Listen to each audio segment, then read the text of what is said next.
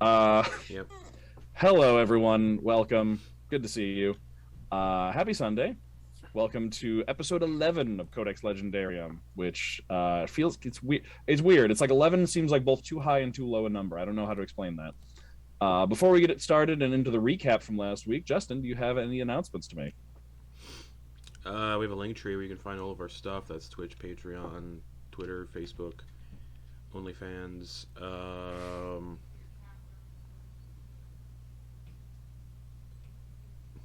You And keep saying Tiltify, where that. we raise money for Color of Change. Yeah, if y'all want these Flussy pics.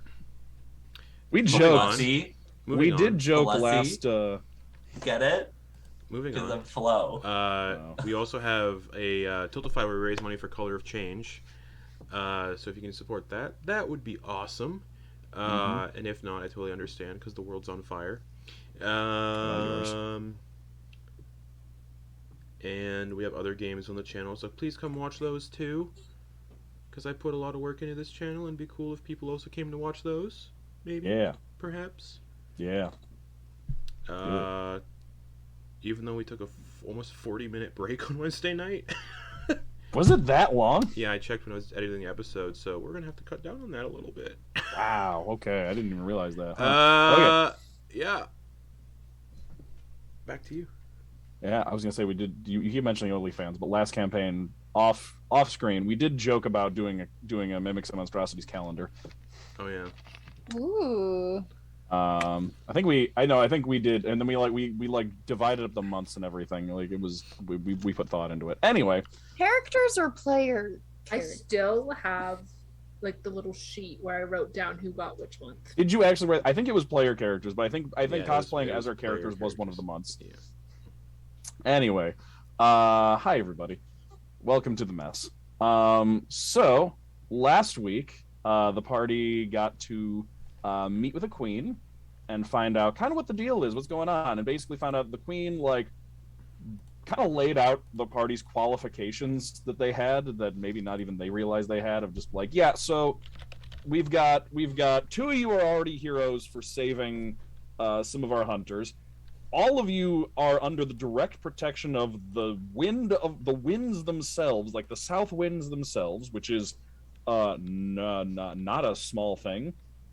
On top of that, we've got at least one of you is god touched, as described, because being a cleric means that like literally your god acts through you and grants you magic powers and directly displays a manner of favor towards you, which is important, impressive kind of stuff. So the queen was just like, all right, so you basically came down to her in her queenly way saying, you're all hot shit.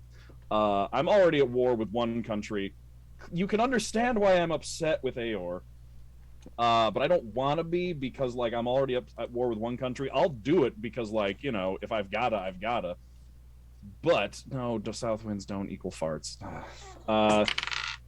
Like I'll do it if I've gotta, but I don't wanna. So here's the deal. Also, other stuff on my plate. My son was kidnapped by a witch. So here's the thing. You get my son back for me, and we'll just call this all good. I'll be happy. I'll have more like emotional and mental bandwidth for the war I'm doing, and then we'll consider that like a show of friendship between Sveruk and Aor, and just not have to deal with a war. And you were all like, yeah, sounds completely reasonable. Let's do that. Okay. So they gave you like a sled full of tents and food and supplies and things to bring with you. Gave you a map with like a route to take, including there is a spot marked on the map that's basically like a good campsite for your second night of travel, because it is 2 nights. Like one right at the base of the mountain, there's like, this spot will be good. There's apparently some kind of structure there that will be a good like shelter, especially that close to the mountain. And yeah, you did some shopping. You met with the interesting and eccentric merchant in town, who Lou Beto, who apparently has done some traveling out of Sveruk. They were dressed in a very non-Sverukian garb, like all kind of cobbled together from different nationalities, and they had their hair kind of like Pidgeottoed up over them, and Their assistant Carter let you all know that the workday was defined by however long Lubeto's hair stays upright, and as soon as they have to go back into the tent enough times for it to unfreeze and flop down, it's like then that's just like that's it. They call it for the day because they're only going to do their hair once, and once their hair is messed up, they're not going to work anymore. So you got all your supplies, you get some talking, and then you set off traveling. You made your way through a blizzard. You successfully navigated through a blizzard, which was good. After that, which prevented an encounter. After that, you managed to make your way to a hill to camp for the night. You really didn't have much else you ran into that day. Camp for the night, and while camping, in the little bit of time, in the relatively short, like half a night's worth of darkness that you got, I think it was Hannibal noticed just a pair of eyes in the sky, just reflecting the firelight a couple, like 100 or 200 feet away, just staring down at the camp. Woke everybody up, but by the time you woke everybody up, they had just turned and left.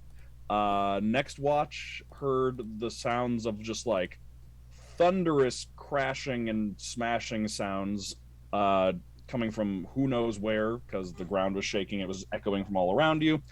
You went back to sleep, woke up the next morning, and on your way over the hill, you saw that just the other side of the hill was just destroyed. Like, the ground was dug up in like huge trenches, rocks were shattered, the few trees that were there were like snapped in half and uprooted, and then there was a just a set of drag marks, like a 10-foot wide drag mark in the snow leading off to the east. You're kind of going to the north, or yeah, you're going to the northwest, so it was going to the east, of kind of almost the opposite direction to where you're going, and with a pair of those like 4-foot long footprints alongside it. And Hannibal deduced that that was probably some manner of giant who did some kind of killing while you were asleep last night.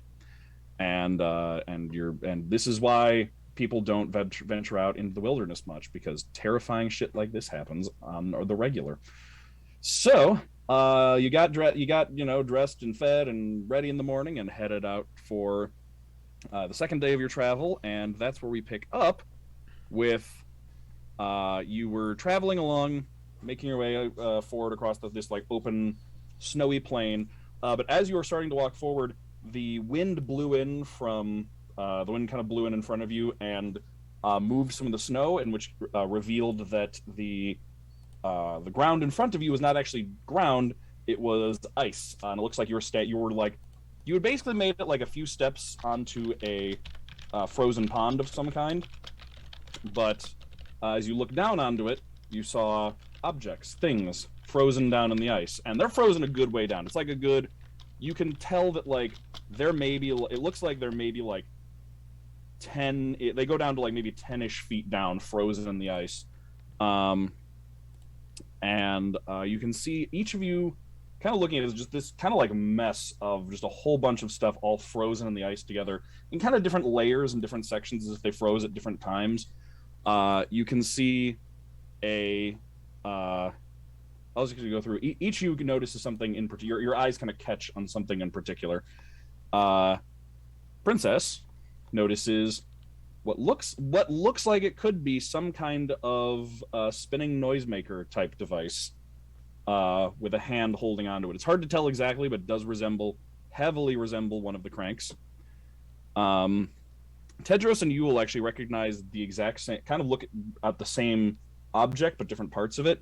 What you see is something wrapped up in fabric. The fabric, it matches up very closely to the circus tent that Yule has scraps of, and the object itself seems to have that kind of multicolored material that the ruins were, that what you saw to the south. There are also bodies frozen into the water in various positions and states of decay. One of them, Montblanc would get a glimpse or get a good sense of recognition, not of the person, they're like face down, but it's hard to see them from this angle, but the uniform and the coat does look Titan's grave. And then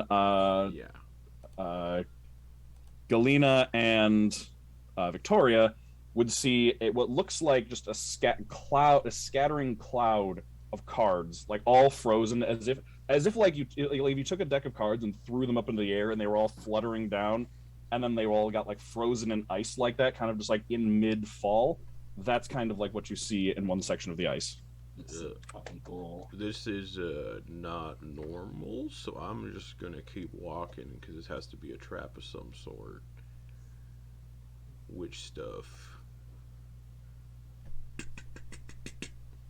Montblanc just Yeah, walks around not the pond? Not paying it any notice because it's definitely not normal. So, okay. Are you walking around or across? I'm gonna get as far around it as possible. It feels like Yeah, it's strange that it's tied. Yeah, it's strange that it's tied something to each one of us. So yeah, I'm just gonna walk around it, not heed any attention because I don't want to die. What is all this? It feels like magic of some sort. So Is there other things in the water other than things that we saw, or is it just the things that we saw? It's not just the things you saw. Those are just like where your attention went. Like, there's other object. Like it looks like maybe like there's like an entire cart that fell into the water with like a horse attached to it, or like maybe an ox. It's hard to tell because the ice is kind of cloudy too. It looks like all of these things are almost like flash frozen in ice, like as if like the entire pond froze. Wagons, crates, boxes, other bodies in the water. It looks like just a variety of just stuff. But those are the things that like kind of each of you, your eyes kind of went to naturally. Being trained in Arcana and being a little bit of a magic pitch myself, can I like focus in on the cards and see if it's an illusion or not? Like, Make me an investigation check. Investigation. Could I persuade you for an Arcana check instead? I think if I remember correctly, the method of detecting illusions is an investigation. Correctamundo. Yeah, if that's what you're trying to do. You Yeah. at will cast detect magic. Let me do this first.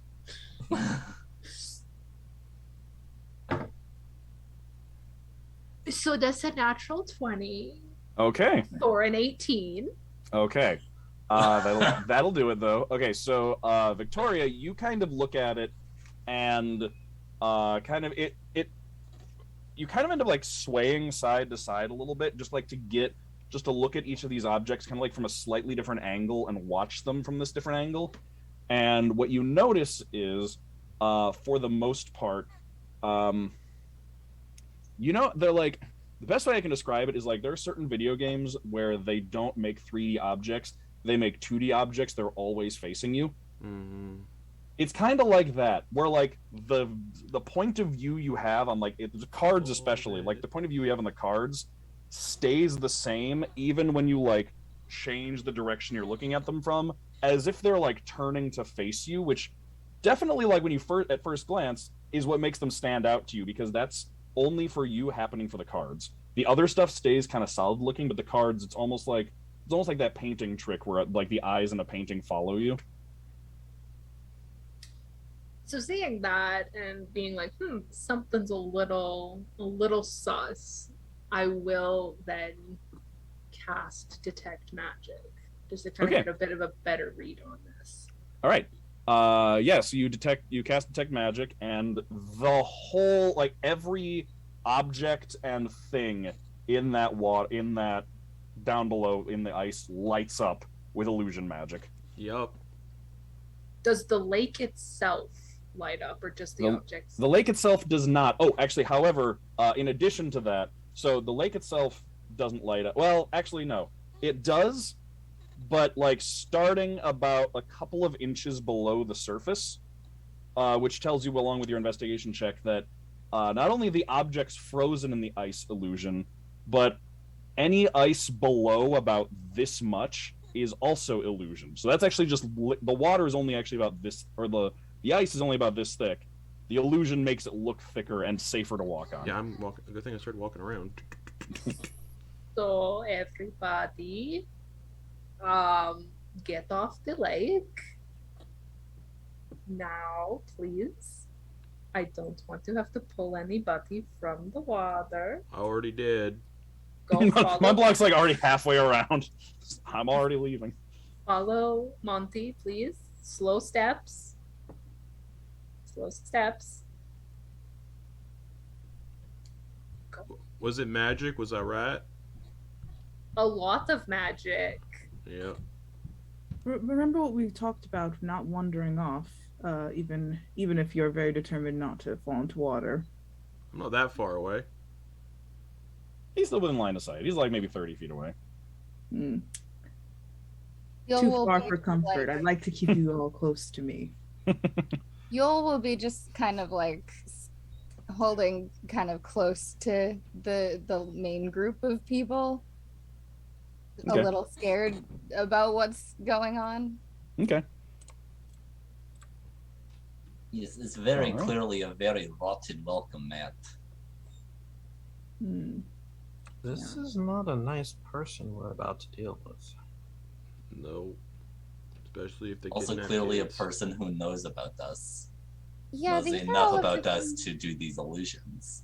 these are all of the things from like our lives, right? Mm. Well,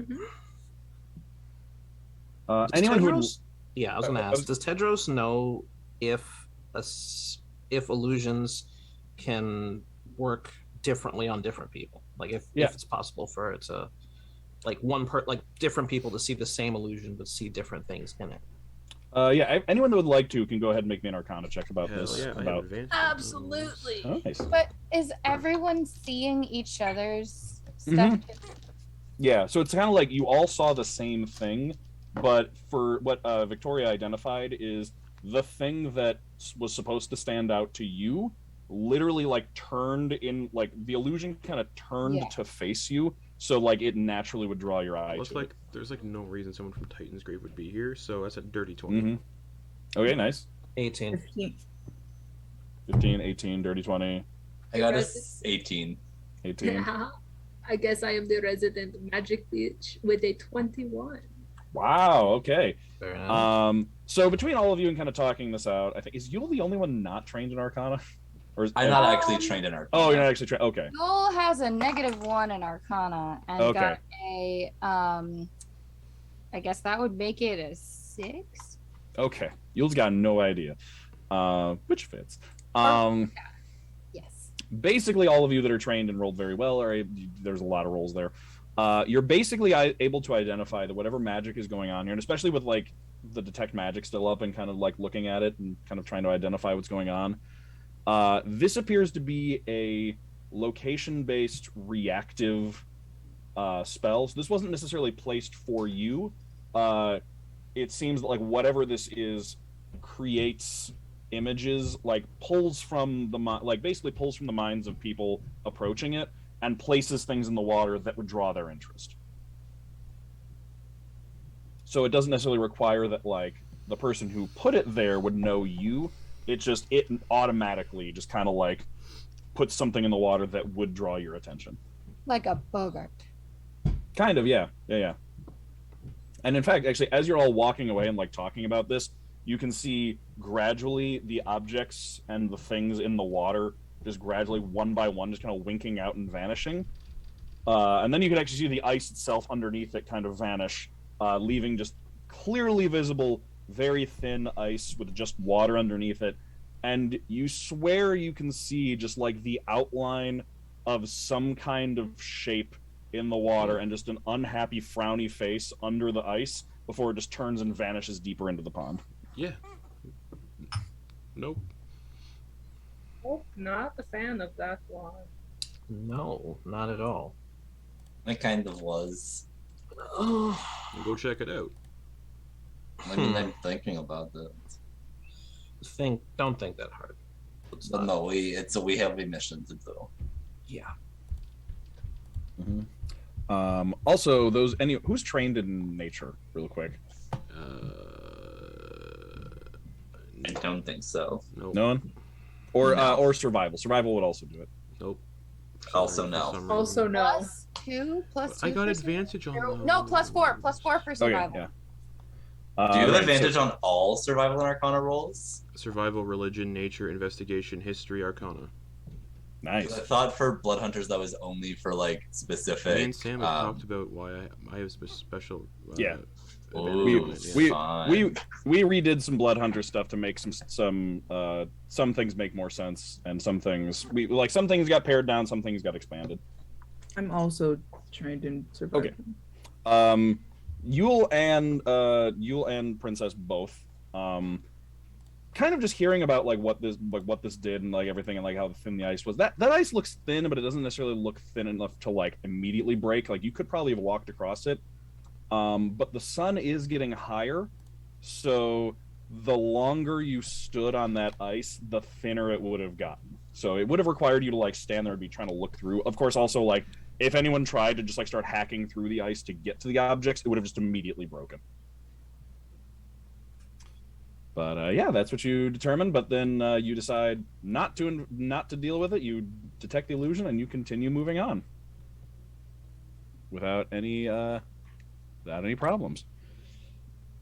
All right, and you can actually at this point also you can see the mountains off in the distance. You probably have been able to since a good later in the day yesterday, just kind of off on the horizon, and they're just gradually getting taller and taller and taller in front of you as you walk closer, making your way towards the foothills. Actually, you're probably in the foothills as about the middle of the day, so the actual view of the mountains gets obstructed by the rising and falling of the hills around you, and kind of this almost splitting and branching of mounds and hills kind of coming down, carved out by years and years and years of rivers and snow melts and things that haven't really happened in a very long time. But yeah, if there's anything you would like to do or look for while traveling, you can. But for the most part, other than the pond, nothing really bothers you throughout the rest of your day. Sweet. I just want to keep an eye on the direction that we saw, the trail of the giants went. Okay. Yeah, you don't see anything from that direction. You pretty much are you're not going exact opposite directions, almost kind of 90 degrees to each other. You're going this way, it was going that way. Mm-hmm. So. Tedros is keeping an eye out for owl feathers. Grab it and give it a once over, and he'll touch it to his holy symbol and then slip it in his pocket. Okay. You kind of have to grab onto some roots or something because it's a little steep, and then kind of lean down and reach down, but you're able to get it and pull yourself back up really easily. Okay. Anybody else doing anything as you walk? Listening and looking for any more signs of giants. Okay. Go ahead and give me a perception check while you're doing that. 17 plus 3, dirty 20. Okay. So actually earlier in the day, closer to the pond and around that area, at a distance you can see the slight, especially now the foot size you're looking for, you can see just the slightest impressions around of giant footprints, but they've been snowed on, or the wind has gotten to them and knocked them over, so they're just the slightest indent. But you're able to identify them as tracks. You can see just in a couple of places the remnants of some meals or something. You can see animal bones or something that have been specific, it's not in the whole animal, it's just part of it, and you can see signs of cooking on them. So you can definitely see signs. They're all pretty spread out though, and they're pretty old, so it doesn't look like any have come through the area you're passing through recently. But once you get into the foothills and start getting closer to the mountains in the second half of the day, they pretty much all out vanish. There's just no signs of giants the closer you get to the mountain. Cool. I think the giants are nice. I've just arbitrarily decided.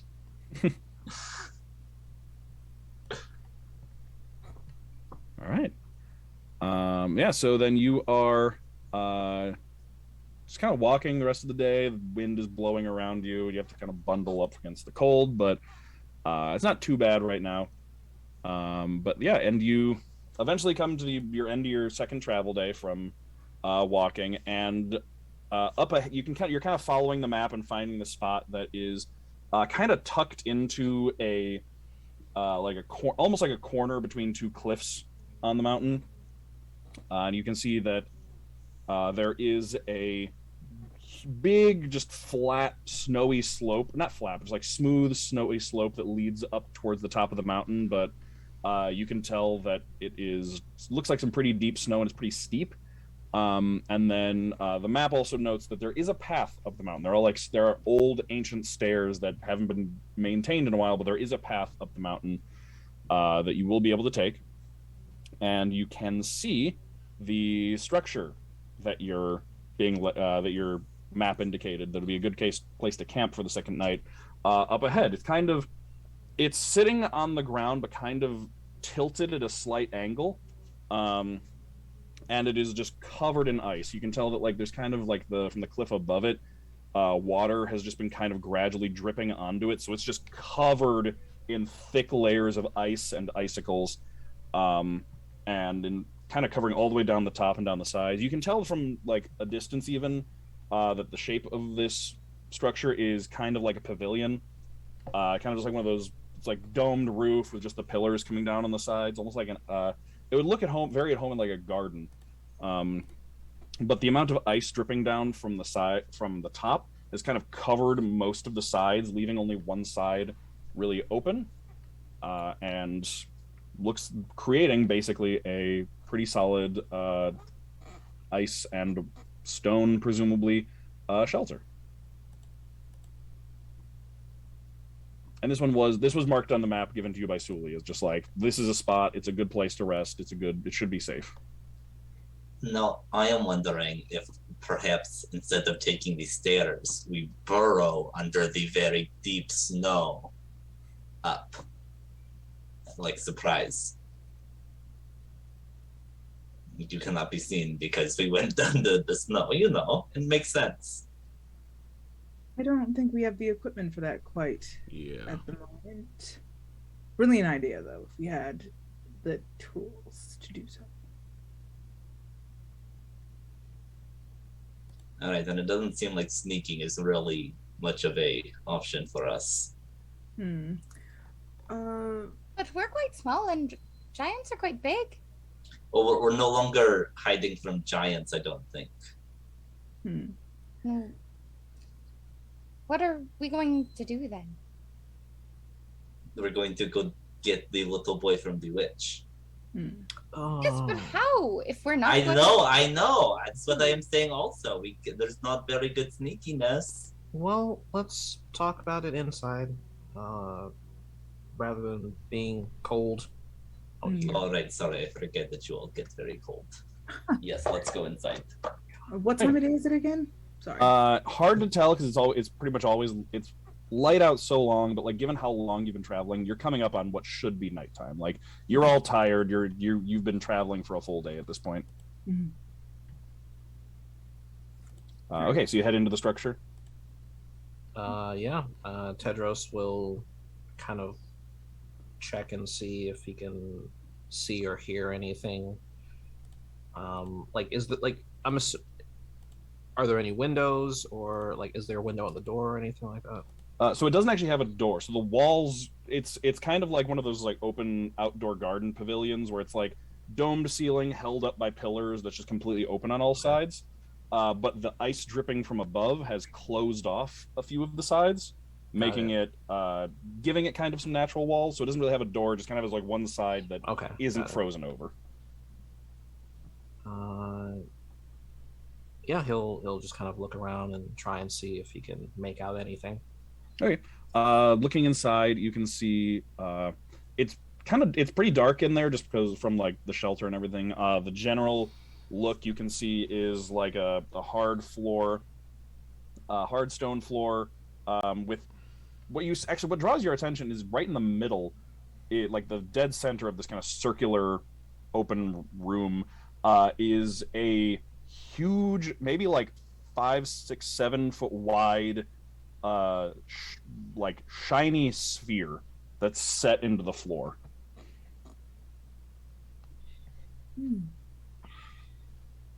Does it And look it's hard- familiar to anything he's seen before? It's hard to see details in here because just like you're kind of sheltered by the mountain, and it's like the roof and everything is pretty dark. So until you get a light source in here, it's going to be kind of hard to make out too many details. Okay. He has a torch that he's been keeping, and he'll just kind of grip the tip of it. Instead of using fire to light it, he'll cast light on it. Oh, yeah. Just hold it up and see. All right. So the top of the torch lights up without even any sort of flame. It just illuminates. Lights up the inside of the chamber, and you can a couple of things then become apparent. Remember how I said the floor in the place is made of stone? It's not. bone. It's not. No, it is made of a very familiar now looking, modeled, multicolored material of red, blue, green, white, and black. That the ruin was made of.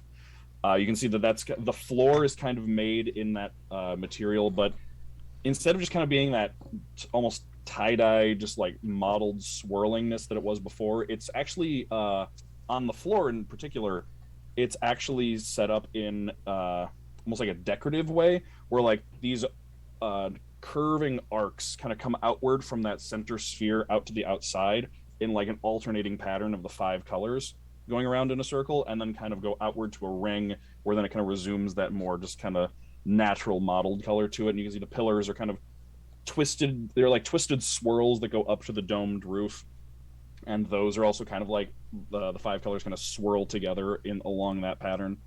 And then the sphere in the center, you're not sure what it's made of. It almost looks like a pearl, but like 7 feet in diameter.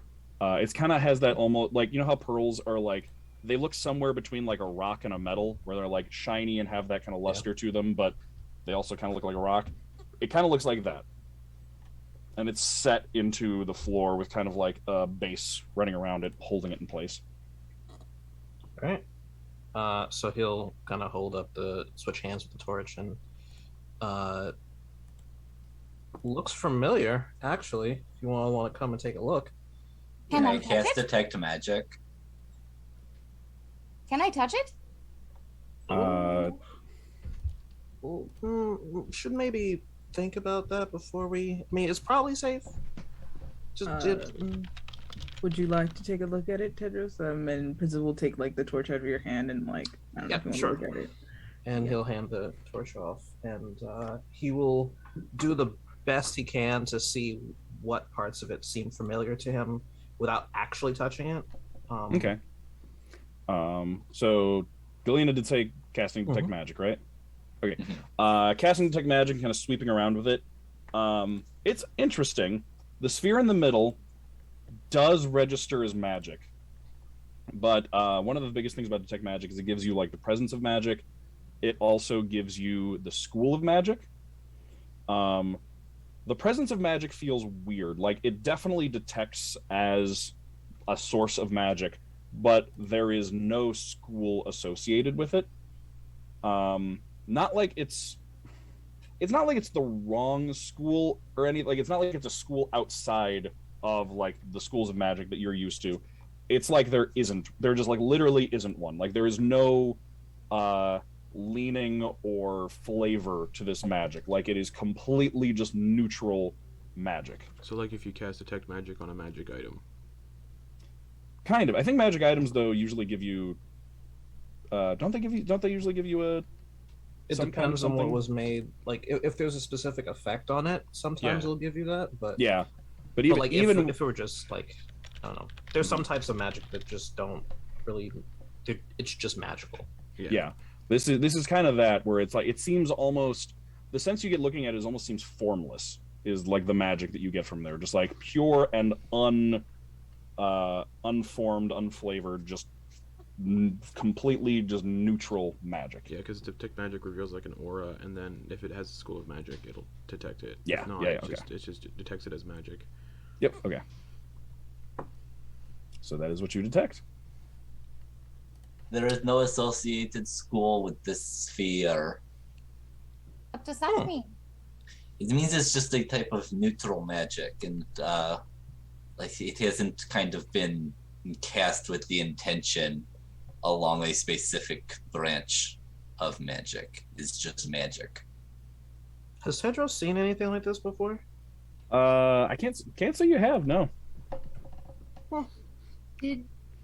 This is like going way back to our -1 when he kind of he did that on Victoria's cards, and I believe there was a similar description.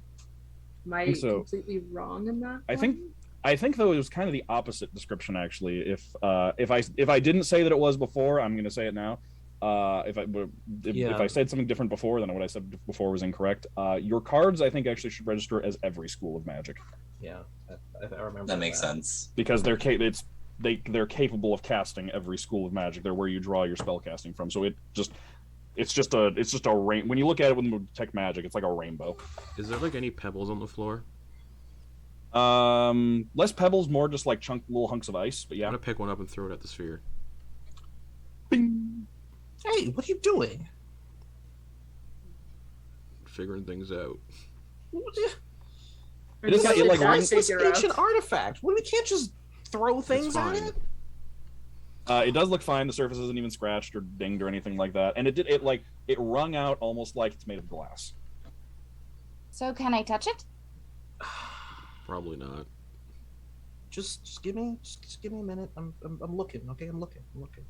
And while he's giving it like the cursory once over, he'll probably spend about 10 minutes doing that, so he can also ritual cast detect magic, so he can at least get the feeling of that ritual magic himself. Okay, yeah, you get the same thing, just like just a large amount of just neutral magic. While Tedros is doing that, I'm gonna go outside the shelter and just kind of like keep an eye out. Okay. Yeah, I'm gonna whisper to Yule that yes, she can touch it. She has my permission at least. Yes, of course you can. I just run up and slap her little hand right on top of it. Okay. It doesn't feel warm, but it doesn't feel cold either. Like it feels just like decidedly room temperature. That's worse, I think. All right. Which is interesting because you're in like the frozen tundra. Like everything around you is covered in ice, but it just kind of feels like almost body like temperature. Almost like body temperature. It's one of those things where you touch it, like you don't even register a temperature because like it's not hot, it's not cold. It's just like exactly. It's a sensory deprivation crystal. Yeah. Similar Quick, thing. Where someone figure out how to open up. We're gonna have a really relaxing night. No boy. Does it feel like anything?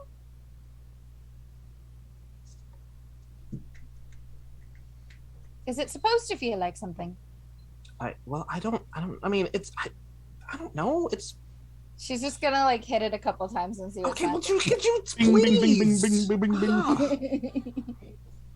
You don't look.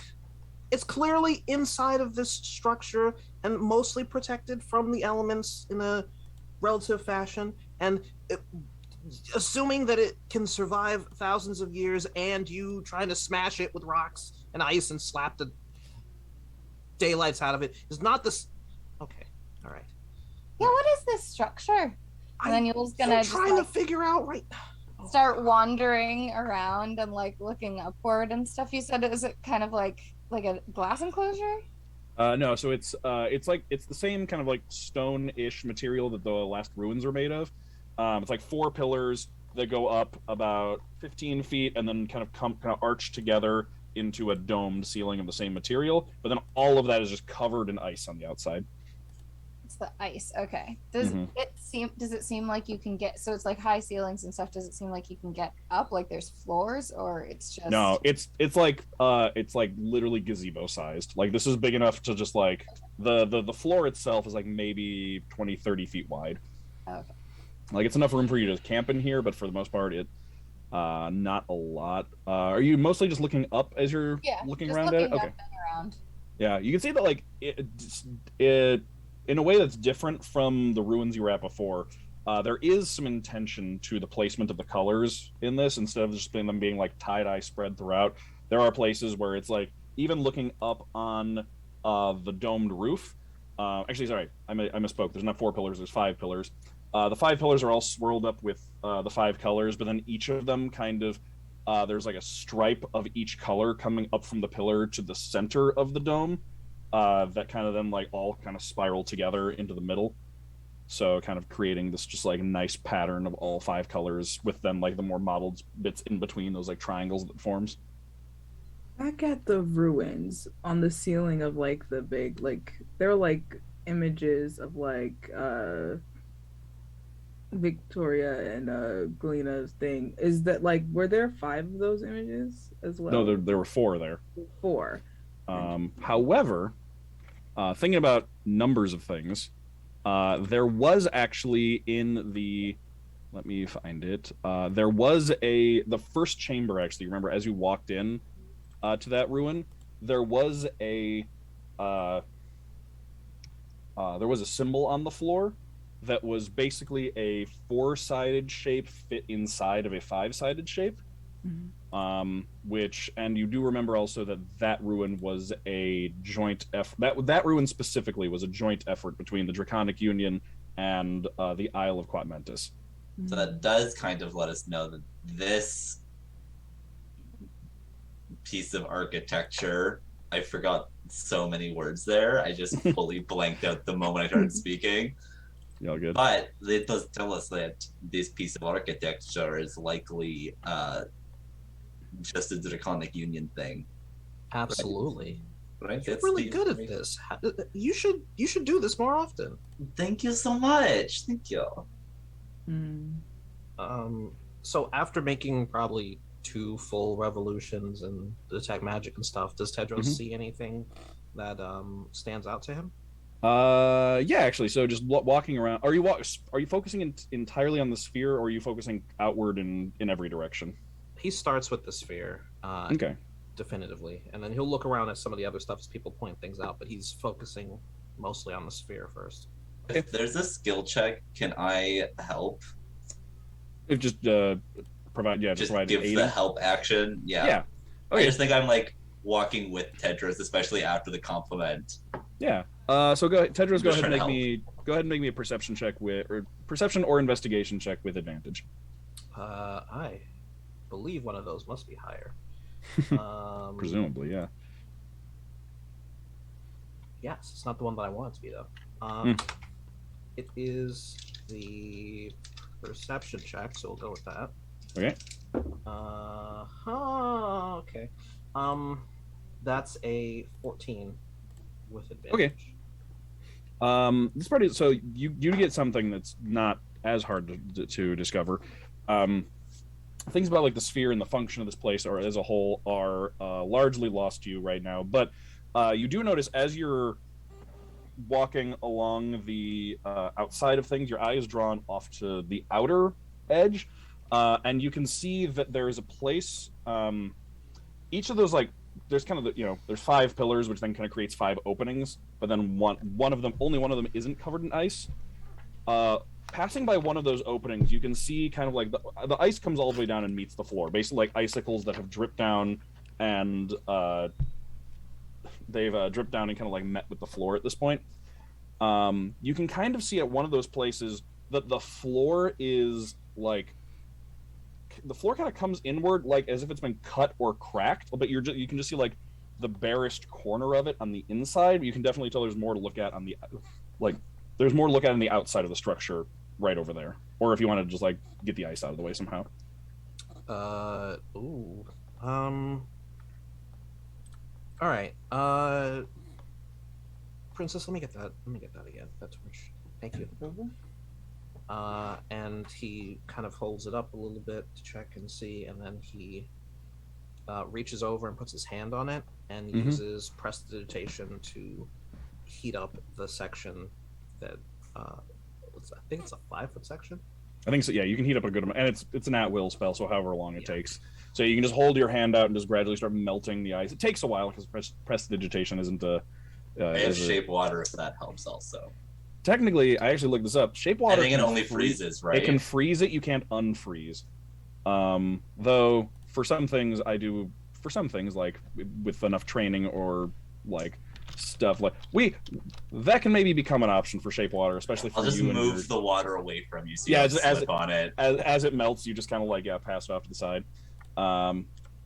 You melt enough of the water away from kind of that section floor, and what you find is this part of the structure, this part of the floor, actually continues outward, kind of like a walkway. Looks like there was like this continue out in like a walkway, but it is completely broken and like almost sliced off at that side, and it goes to nowhere.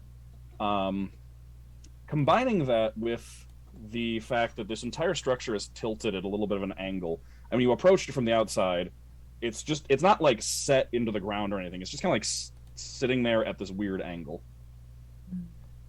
I think this might have broken off from something and fallen. Like it was moved or something, like, or maybe not moved. But do you think it's originally part of castle up there? Yeah, that would make a lot of sense. I cannot imagine the amount of force that would be necessary to snap something like this, though. Yes, because this stone is unnaturally hard, if I remember from the ruins. Yeah, very durable. As far as I've been able to see, it hasn't been damaged in however many hundreds, thousands of years it's been around. And detect magic didn't hang anything on the actual stone itself, right? Correct. You do remember you have seen one other instance of this stone being broken, which was back at the ruin, Hannibal's hallway that he was digging out. He found that the hallway had also been kind of sheared or sliced off. You mean Montblanc's hallway? Did I say Hannibal? Yep. Yeah. I didn't even catch it. I'm gonna do this once a week, apparently, just mixing up campaigns. But yes, Montblanc's hallway. It was because it was such a studious and investigative thing. It was I just anyway. But yes, Montblanc's hallway that he found was sliced off, like floor walls and ceiling was like sliced and broken off, and it kind of looks like a similar. Looking at the material here, it's a little bit more jagged, but it does have similar markings to that. We're just almost just a very like it's jagged, but the actual break itself is very clean.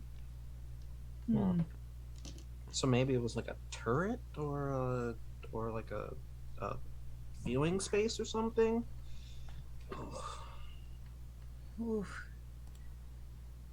Just like a pretty gazebo on a cliffside. Perhaps if the witch weren't so terrible, I feel like that'd be a good person to ask a question of. Been around for quite some time, it seems. Yeah. Very unfortunate. Yeah, it's a lot of knowledge that. Can I do something? Maybe wild. Absolutely. Can I try? I honestly didn't pull very great spells for this, but can I try casting like bless on the sphere? Like see if like any kind of magic interacting with it does anything to it? Yes, you can. Would you like to do that? Yes. Okay. Are you pulling up something? right. I'm looking it's at like this. all of Sam's fucking lighting just goes like pitch red immediately. Like, would you like to continue doing that? Oh, maybe. Okay. So you go ahead. You pull out the card for bless, and like basically you go through the motions of casting the spell, and as you're finishing off and kind of targeting the sphere, you get a feeling with the sphere, like as you're casting the spell and kind of magically connect with it. There's a moment where it kind of best way I can describe it is, how when you cast magic, you cast it through your cards, like you use your cards as the focus. Mm-hmm. You can cast cantrips without your cards, but like you use the cards as a focus for your magic and cast through them. you realize that casting the spell Bless kind of feels like casting a spell, trying to cast a spell on your cards. And it kind of gives the question, like at the last minute, would you like to cast the spell on the sphere or through the sphere? Tedros? I think I Yeah. figured it out. You think you figured it out? I think the sphere it still is a very large, probably very powerful arcane focus.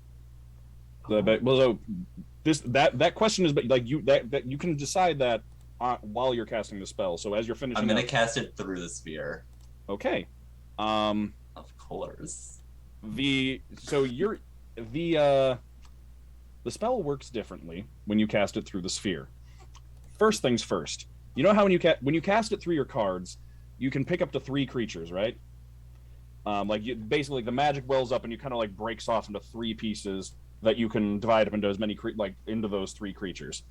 You're almost overwhelmed by the amount of just like motes of energy that just come flying out of this thing. In fact, there are more motes of energy than there are people to target with this, basically. Like, you can target every single person in the party, and you just, like, the rest of them you kind of just have to, like, let fizzle out into nothing because there's more magic than you can even funnel into the people here.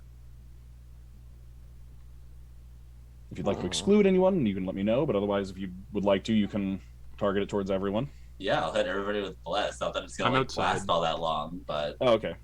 It is actually within range, so I think Monty would still be within range if you would like to, like, because it's within range, not line of sight. Yep. Okay. So everybody feels just this sudden warmth. Like those of you who had Bless cast on you before, like it's this little tingle, this little extra feeling of guidance and help. It is significantly more potent than that. So normally it is, when you make an attack roll or saving throw, you can add a d4 to the roll. Currently cast through the sphere, you can add 1d20 to the roll, though it only still lasts for a minute.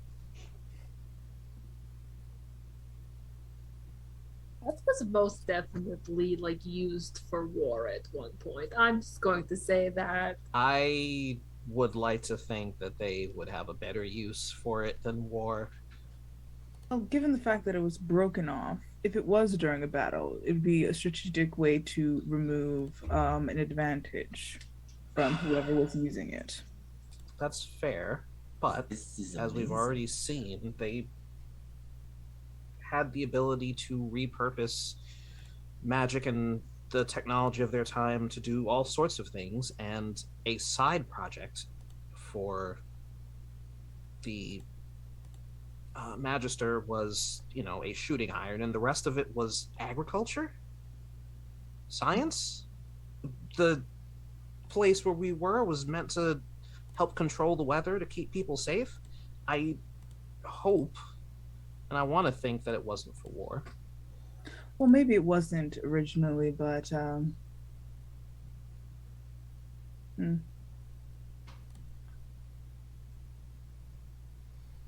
This thing is incredible. Yeah. No best laid plans. I'm still not quite sure I understand what it does. It makes magic stronger when you use it. When you use magic through it, it amplifies the magical abilities and its potency. At least that's my understanding. Looking at Tedros and Galina, yes. Yeah. So then it makes your magic better? Not necessarily better, but stronger for sure. Stronger's not better? Not always. Not necessarily, no. I mean, think about it like this: is a stronger fire always better? If you were trying not to get burned, not necessarily. But isn't it better if we have stronger magic?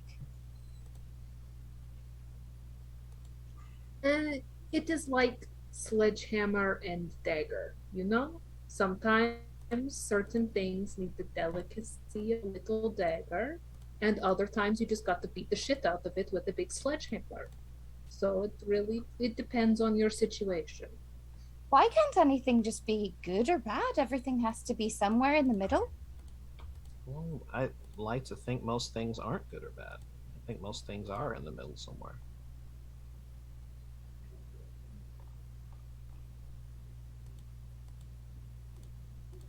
We're really not Well, I equipped view to you. have a philosophical discussion.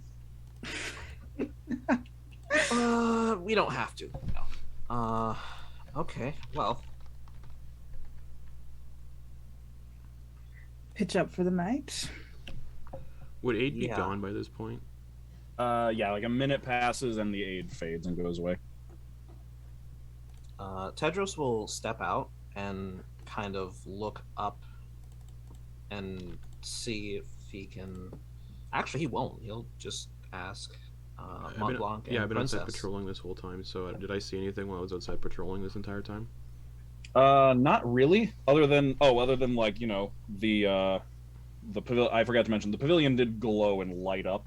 Basically, the sphere lit up from the inside, and then like the ice all like shone outward from the inside, and like light shined out the doorway as you get right when you got hit by that blast. All right. Two of you are much better at this than I am. About how long do you think it would take us to get to where we need to go tomorrow? Would we know that? Yeah, would we know? Yeah. Looking Were at we the told? yeah, you were basically told that it's pretty much like a day's climb up to the top. Yeah, so we got about a day ahead of us. All right. Well, I was hoping that maybe I could what I did earlier, that I could do it for everybody, but I don't know if it'll last that long. I'll be fine. Oh, I got a way to temporarily do it. okay. Well, Maybe, are you talking about that spell you cast, aid?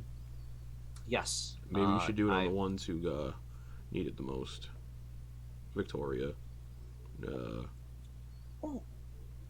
Well, I think Victoria's new armor will go a long way toward making sure that's less of a problem, but Mr. I cut myself sometimes, and both of the misses I run up and smash things sometime are way more likely to be in danger than I am.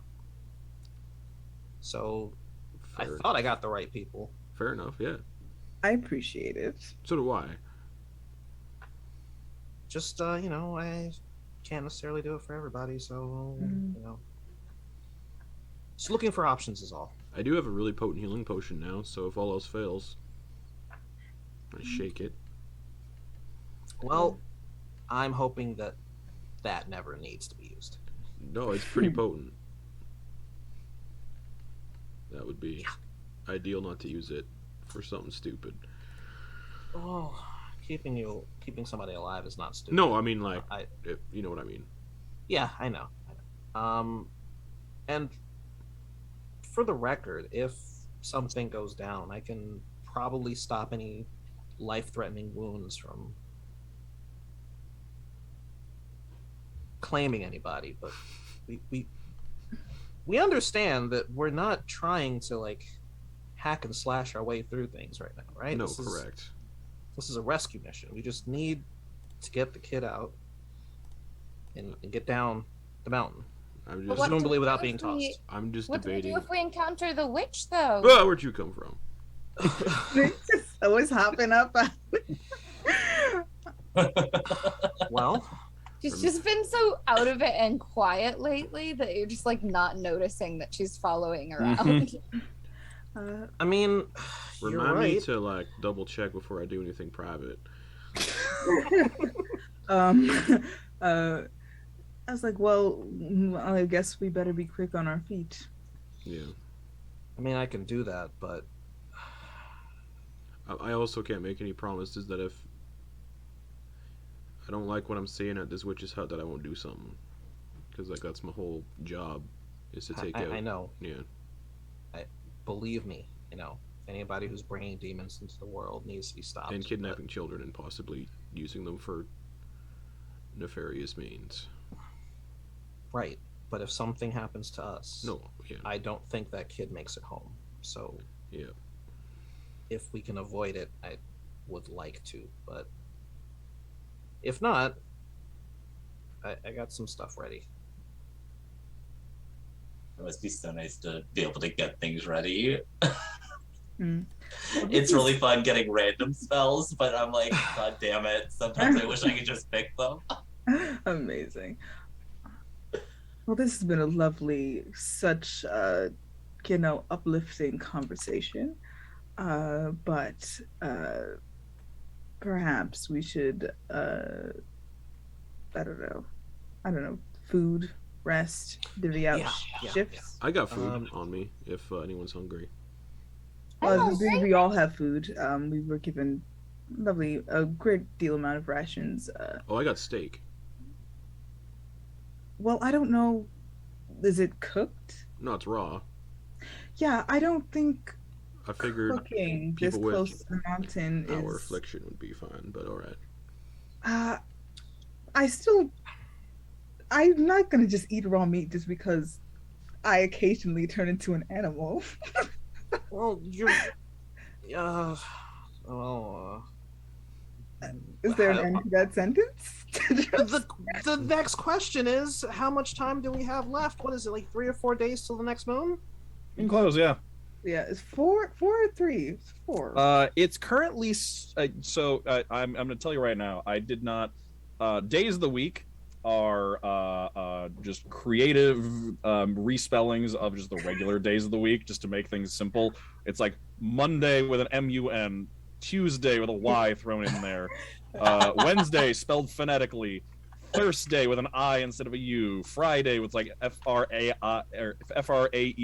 Saturday, and then Sunday. So it's currently Sunday. The full moon is Wednesday. Okay. It's a Wednesday night. Yes. Okay. It's all right. And it's Sunday night. It's currently Sunday night. So if we rescue the boy and then we need to come back down the mountain and then the moon is full. Yep. What do we do with the boy? What do we tell the boy? The four of you take the boy away and I deal with the werewolf problem. Hey, well, I don't think we should split up in giant country. It's not really splitting up. You four will be together. Well, I'm not leaving the two of you. Meh. That is I can't get cursed again, so it's fine. That's not. Oh boy. All right. Well, I mean, I'm the best suited for it, wouldn't it? Wouldn't I be? Yes, you Making some really good point, actually. Where did you come from? I know everybody just started very slowly walking outside, and it was starting to get kind of weird. We're having a very public conversation. I didn't know this. All right. Well, that's that, and I'll just camp outside, kind of keep an eye on things. Taking first watch. Yeah. All right, I'll join you.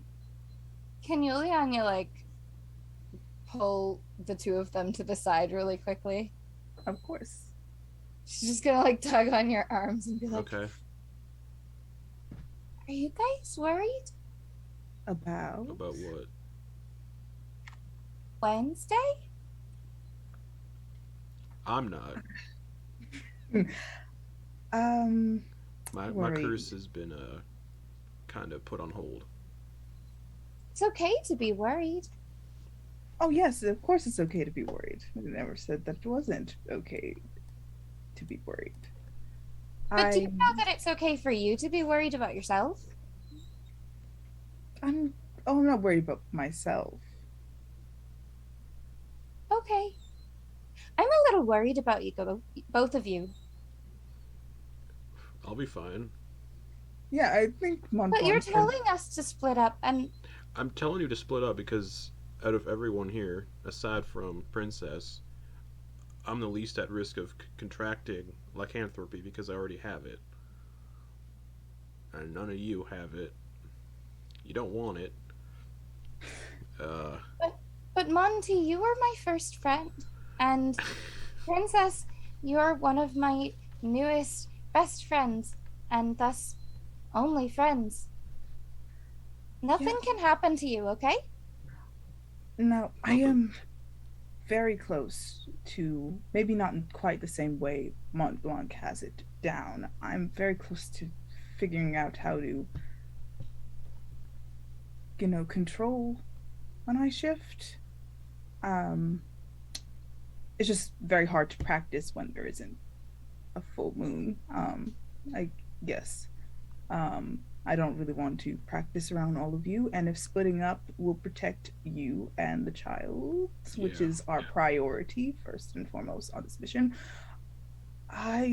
if Montblanc is comfortable with it, then I'm comfortable with it. Yeah. I cannot control what any of you do after I shift, just as I cannot exactly control what I do after I shift. So.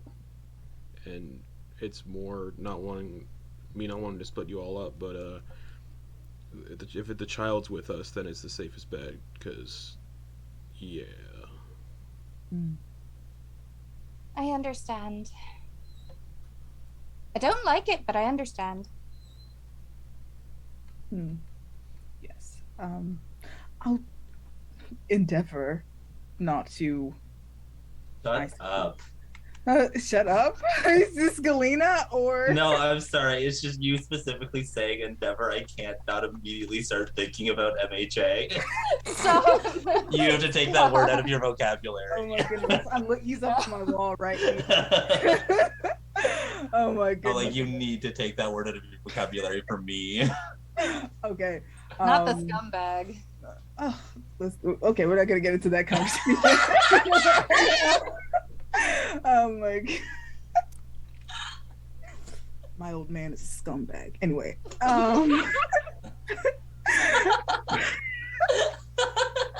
Thanks, Flo. Now we've devolved. Okay. Well, I'll start my watch. It's all good. Yeah. Nothing to worry about. Oh my goodness. All right. Are you all right in here? Just gonna poke her head in. I'm like, are we setting up tents in here or just? A tents would probably be a really good idea. Actually, Galina, I have a thought. Yes. What can you do with the spell that you just did, where you move the water around? What else can you do with it? I can freeze it. I can change its color. Perfect. If you don't mind, I can melt some of it, and we can kind of shore it up so that it's like a smaller opening, and then we can just like cover it with a tarp or something, or like a canvas, and then it would be a lot warmer in here. Yeah. Oh well, you do that. I'm going to join Montblanc on watch. All right. So good night, and I will see who's going second shift. I can do second. I'd feel comfortable if someone joined you on second shift. Yeah, I can do that. Excellent. Tedros, you join me? Yeah, of course. Thank you. Right. I can take third or fourth shift solo is no problem. All right, that's not. I'll be asleep at that point. So, Prince is gonna go back outside. I will say so. Shape water specifically does say that when you freeze water, it unfreezes in an hour. I'm gonna assume that means like in non-freezing temperatures that aren't capable of sustaining ice, like on its own. So, like, because like that would just. Yeah. So if you freeze stuff in this climate, it will stay frozen. Okay. If like in a warmer climate, like where it's somewhere where it's not capable of sustaining ice, then it will melt in an hour. But here, just like it just naturally will stay frozen. Sounds Neat. That makes sense. Okay. So are Tedros and Galina gonna do that and like unfreeze and refreeze the ice to give yourself some better shelter? Yeah, why not? Okay. Are you using the sphere at all? Yes, why not? Yeah, sure. Okay. So it does work best actually if you place a hand on it. So are both of you using it at the same time? Going to try to use it at the same time, or like just one of you? Like, what are you doing? Let's experiment while we have the opportunity to experiment, I think. I mean, well, yeah. I mean, if we can, sure. Zoom. Okay. All right, so you both cast through it, and yeah, it lights up, and you can actually see that it does. Let's see, shape water is transmutation. What school of magic is prestidigitation again? I believe it might also be transmutation. Yes. Yep. Okay. So yeah, it like glows this. It glows the same color, but like slightly different hues. It's like an orange color from both sides. But if it makes sense, Galina's is more of a cool orange, and then Tedros is more of like a brighter orange. Still the same color, just like slightly different hues of it. And yeah, you can. It's like Tedros as you're, because this is basically you can do this kind of sustained. So as you're like pointing your hand around, like you actually have to be careful because you just like point a hand at some of the ice and just like shear off a section of it as it actually goes directly from ice straight to steam. And you find yourself having to like throttle it back just to get it down to water. Okay. This is unsafe. This is not meant for... It's probably better that this is not in a more advantageous position, because this would be a lot to have people using. It would probably be a war zone or something. I really hope that they didn't use this for war magic. As you're melting the water, Galina, you just easily and effortlessly can like manipulate it and freeze it into places wherever you want. That 5-foot cube thing is not an issue. It's like pretty much this entire like pavilion you can manipulate at once, pretty much. And very easily between the two of you can melt the ice and then manipulate it and refreeze it into more or less whatever shape you want. This is absolutely insane. I never would have imagined that the little stuff that I can do would... This is a lot. This is a lot. This is like life. It's revolutionary. It's life-changing. Yeah. And this is all the stuff that the Draconic Union has. Like, it's... I think it's all like this. It seems like it's probably more of a past tense thing. I don't think we're going to find any Draconic Union people left. Maybe not, but I mean... How do they just... I still don't understand how you have... This much power and just disappear? Yeah. It's scary. Yeah. It's almost like the gods decided that they were getting too close to divinity or something.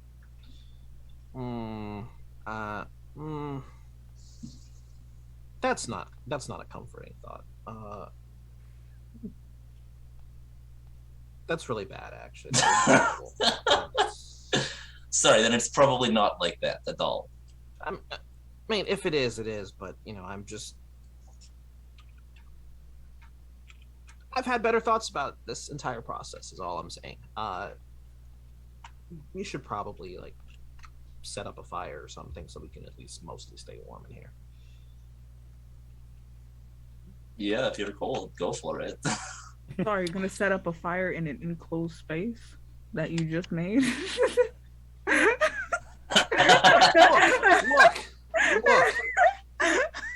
Look. Just clarification. I will tell you. Out of ice. I will tell you, it retains heat pretty well because the fact that it's made of ice. Ice is a surprisingly good insulator. Mm-hmm. So it is like it does stay pretty warm in there. Also, like when it comes to like with all of, like the warming of all the ice around you've been doing, like it is actually there's a pretty solid amount of like residual heat left over from that reshaping process. So it's actually pretty nice in here. Is there some kind of spell for warmth? I'm pretty sure there are a couple. I just don't have anything like that. I mean, prestidigitation, you can warm things with it, so. Yeah, I mean... Then you're constantly casting it. We end up with heated floors in our igloo. I know. Igloos are warm. Igloos are Yeah. warm. Yes, Igloos yes, they warm. are. Basically what you And got they'll be here, yeah. even warmer with these warm floors. Gosh, bougie. Oh my goodness. What would Look happen at if you Galina. Does cast she look like someone that wouldn't camp up bougie style? Putting on those Yeah. boots in the morning. That's all What I would gotta happen say. if you cast warmth on ice, though? Like, would it melt? Oh, that's what they were Yeah. literally just doing. Yeah, Yeah, that's what it was Tedros. doing with the. That's how they reshaped it. prestidigitation. Yeah, Tedros was casting warmth on the ice, and in fact Okay. had to throttle it back because that's when it just like cut right through it and turned it from ice straight to steam, and he had to like restrain himself. Okay. Yeah, Galina definitely goes glamping. Yeah. And it's like, it's so obnoxious too, because she calls it glamping, but like she straight up is just like, she just rented a cottage and she's like going glamping for the weekend with the girlies. Oh And it's my like, God. babe, no, you're fully in a house. So Galina's the big bad, right? Leave Galina alone. Galina's great. You're just a hater. Galina has 5 months of back. This is just becoming that one Parks and Rec episode where they Yeah. all... Montblanc's a misogynist, confirmed. No. Oh my goodness. All right, do you guys go to sleep? Yeah, Like- does everyone go to bed? Well, no, I'm doing my watch. Well, Okay, yeah, yeah, I'm on. I'm on Everybody watch. who's not on watch. Yeah, I'll do my nighttime routine, Okay. all that fun stuff. Oh, Okay. what watch are we taking? You said second with you. Mhm. Mhm. Um, I will tell you, you don't need to in this particular instance. You do not need to stress too much about watch order because you all go through your watches and you have a completely uneventful night. can I do something on my watch? Oh, absolutely, yeah. After like Princess here said, everyone go to sleep. She's gonna pull out the silver dagger that she bought. This is going to be for you. Hands it to Montblanc. All right. I didn't know who else in the party to give it to, because they all seem like they'd rather face a very bad end just to avoid hurting me, which is foolish. And I understand. okay, thank you. Yeah.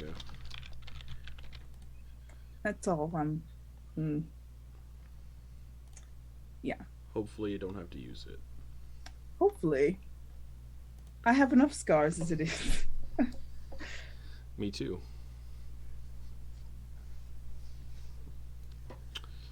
If you don't mind me asking, how did you come by your affliction? I was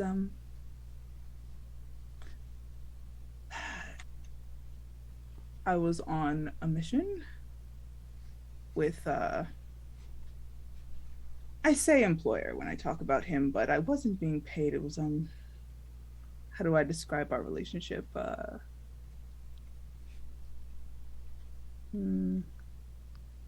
I guess I was his ward.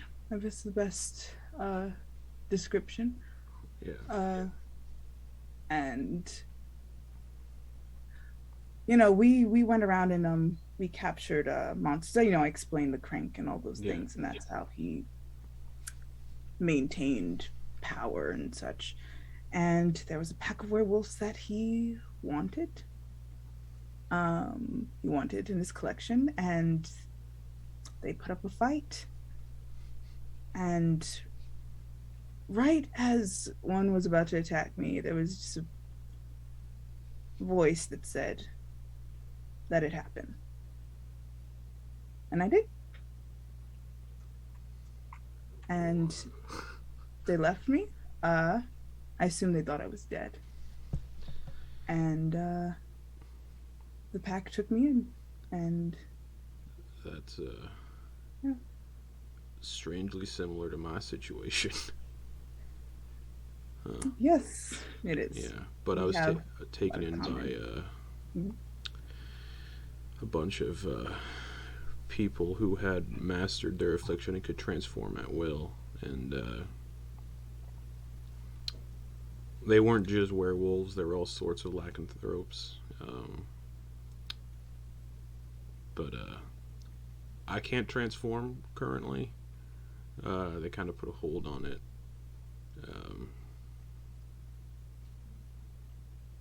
Is there a potential for when you can in the future?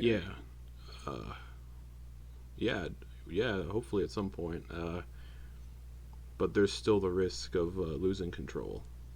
They never fully master controlling it. There's always the risk that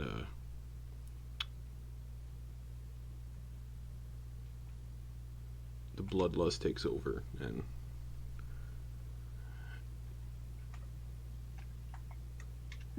that's fascinating.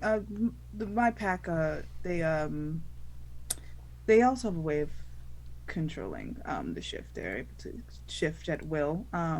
It's a process, learning how to do it, learning how to channel one's emotions, and chiefly bloodlust, anger, into it. But it's more controlled, I think. The concern is less.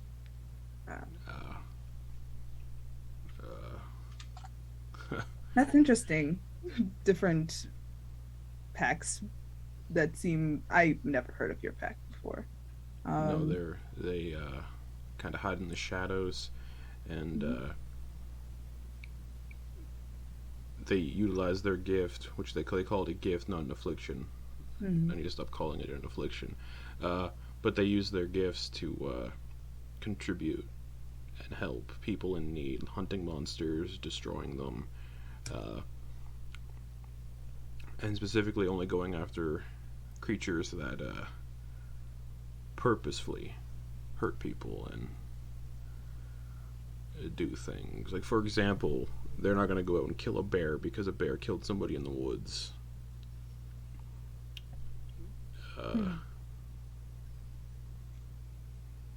More so things that intentionally cause harm. And that's why I'm feeling conflicted about this whole witch situation. You want to fight the witch? Based on the demons and the kidnapping of children, I can't imagine the witch is just kidnapping children for fun. Well, maybe for fun, but there's got to be reasons. And right. They said the witch has been doing it for generations. I mean, it's not exactly a thing I'm keen on letting keep going. Question for the DM. Has she been kidnapping children for generations, or just causing general chaos for generations? You haven't gotten any specifics about it. You don't know exactly. Just said she's been a problem for generations. They haven't told you exactly what that entails. Kidnapping the queen's son has been the only kidnapping of children that you have been told about. You don't know. You never got any information about how much child kidnapping she does. All right. It's like, what's the ratio? I'm good. At least one. That's where we're at. That's what we got. One too many. Yeah. Well, I have an inkling that perhaps the way that she's able to perform such powerful magic is that orb in there. Yeah. That does make a lot of sense. You know. But I don't know. I think that sometimes. Kind of like I was telling Galina about not being equipped to burrow under the snow. Sometimes a good plan is poorly executed when underprepared. I agree. I don't very much like this witch capturing children. But again, I'm not a native of this land, and I think sometimes things are part of the good and the bad are part of a place. Not every evil can be vanquished. Oh God, I sound like such a hypocrite. She kind of says to herself.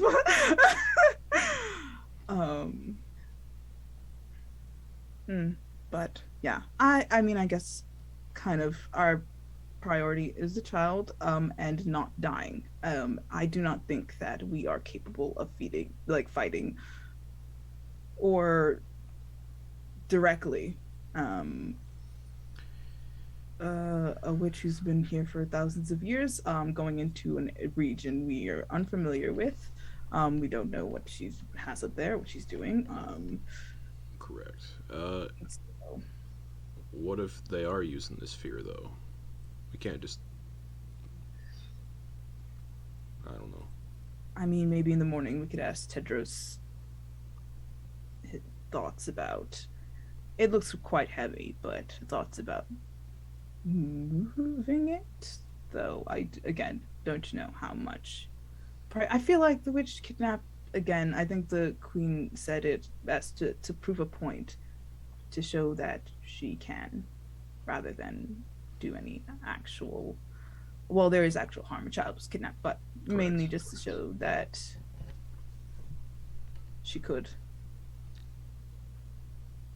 All right.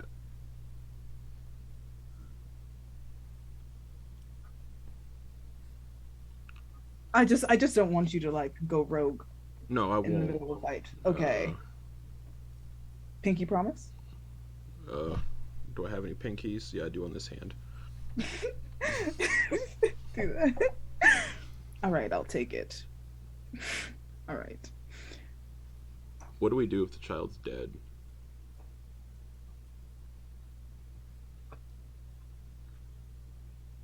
Well, bring him home. All right. That's all that we can do. Either way. What are you and Galina? You know, cut from the same cloth. Very, very negative. You know. What if the witch is good? What if the witch is baking cookies and just likes a little bit of chaos on the weekends? You know? It's still... You know, it's very not great. Yes, not amazing. Well, you know, Maybe kidnap the child to keep the child safe because the queen is actually a threat. Who knows? who knows? Wouldn't that be a twist? Oh.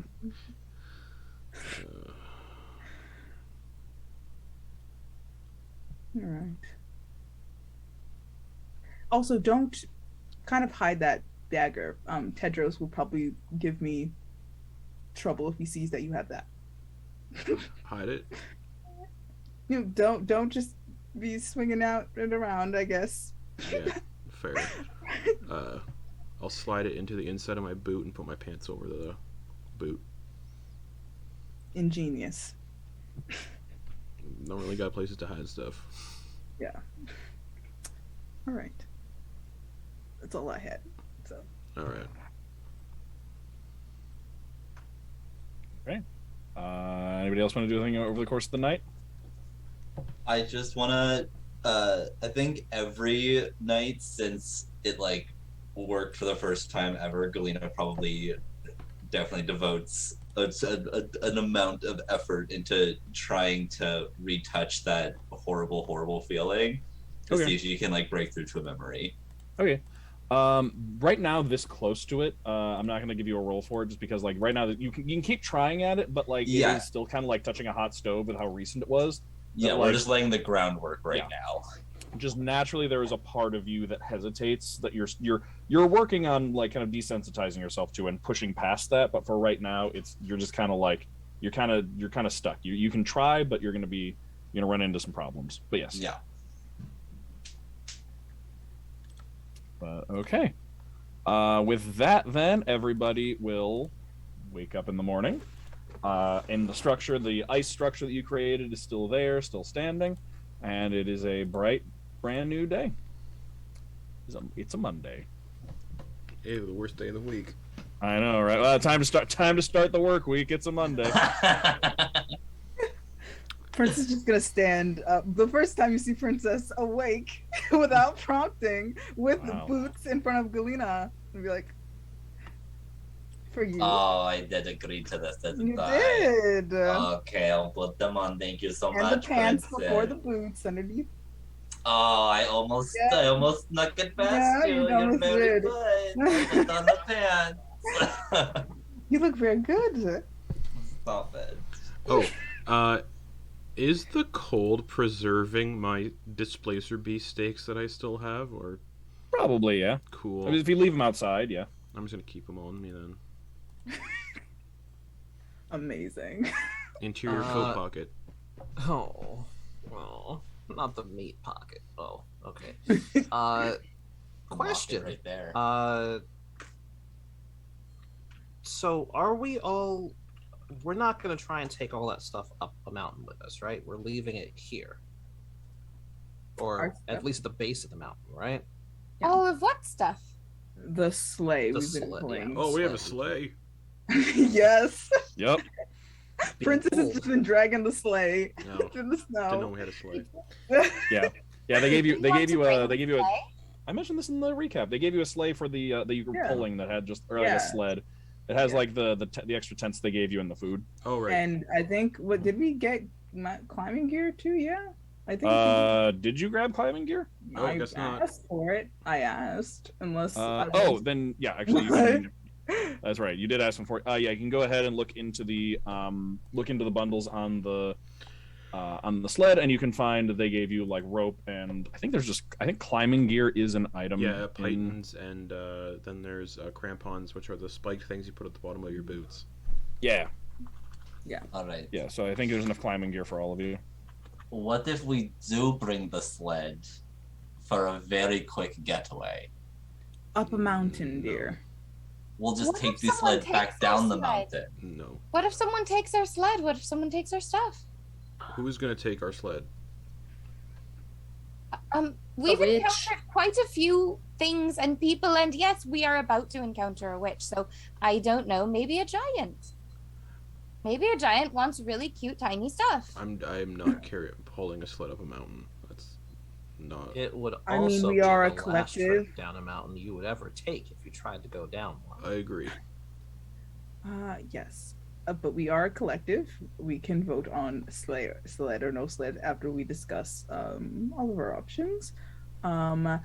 So DM question. So there was the our map has like stairs that haven't been used in a while. Yeah. And is there like, I don't know, looking at the map, like does there look like there's any other way up the mountain other than the direct stairwell? Definitely, yeah. So the stairs aren't necessarily like all the way up. It's kind of like patches. It's like there's a path where stairs have been carved, but it's kind of like the natural path up. Like technically, there's a bunch of ways you can go up this mountain, but like this is a safe path up that like will involve more walking than climbing. Any other direction you take is going to be climbing, and that will take you significantly more time. Okay, all right. Well, I don't really like going directly down the mouth of a dragon, but given the skill level of mountain climbers within our party and time crunch, the steps seem like the best option. So I don't know.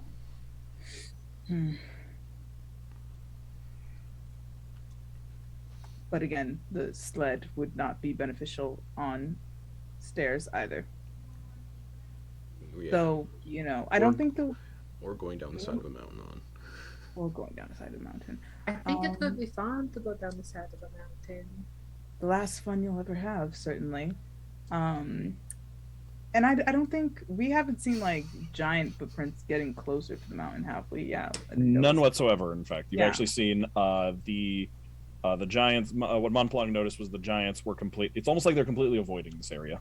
Yeah, I don't think giants want to be near the witch. Perhaps they're smart in that way. So I don't think they'll come around here, especially perhaps if we bring the sled in to the gazebo. That would probably protect it from most of that as a concern. I don't think anyone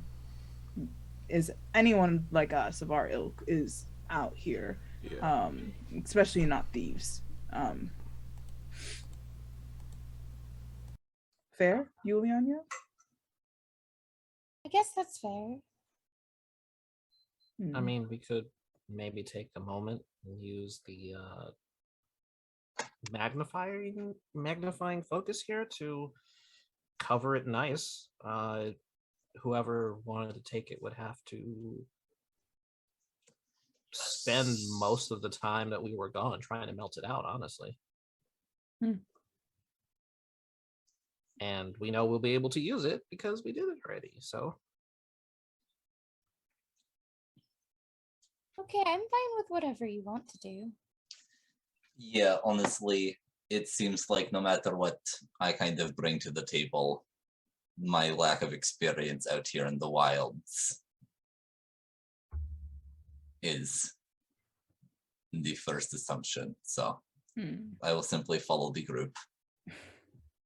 I'm a good climber. Practically. You're a good climber? Oh, yes, of course I would expect that of you. And you'll get the hang of being outdoors soon, Galina. Also, I just full mulligan my spread.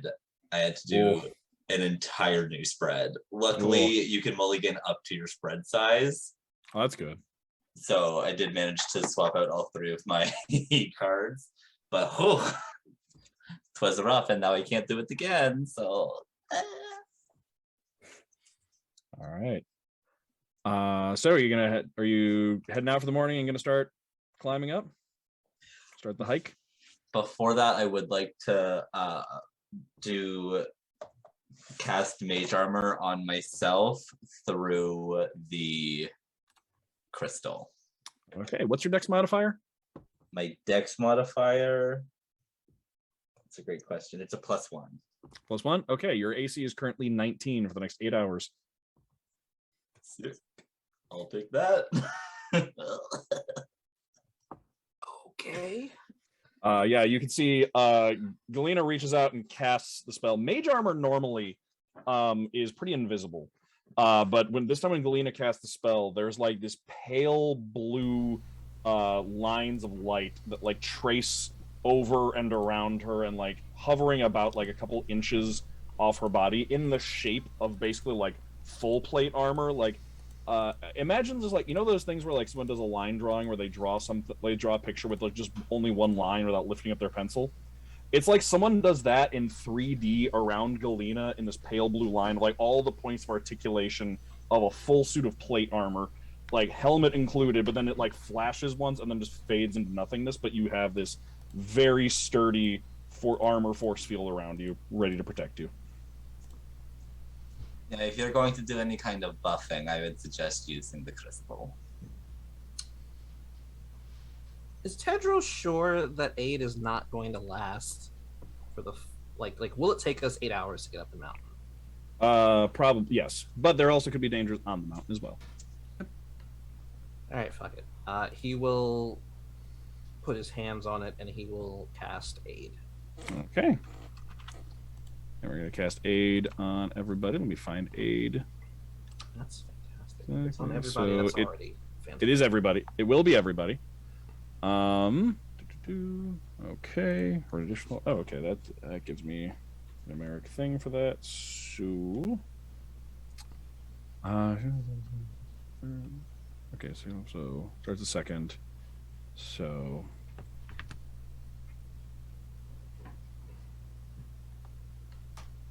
Okay. Everybody, for the next 8 hours, so basically for your climb up this mountain, your max health goes up by 40. I'm at 80 hit points. Mm-hmm. And Tedros, knowing goes up by how much? 40. Knowing the spell and how it works, and effectively what that just did, is that it at least doubled the amount of targets, as well as had the effect of a 9th level spell slot. Okay. Yeah, this thing is. Okay. All right. Well, I'm almost certain that this was used for war at this point. Yeah, 100%. Yeah. The witch uses it too, I imagine. Probably, yeah. Yeah, this feels. Although I don't want to come into like an area and be like, hey, you can't use this anymore because it's super powerful, even though you've probably been using it for a very long time, so like you probably understand it better than I do. But it really feels like this should be less accessible overall. I mean, You it does should seem break less it. accessible. There seems to be not many people who excursion out towards this mountain, given that we have not seen hide or hear of anyone. That may have something to do with the witch that we are going to avoid, who will be here after we leave. So I don't really think anyone other than the witch is using it. You also kind of have to be able to use magic, which most people can't. So I guess it's not that bad. All right. Well, clock's ticking, and I don't know how.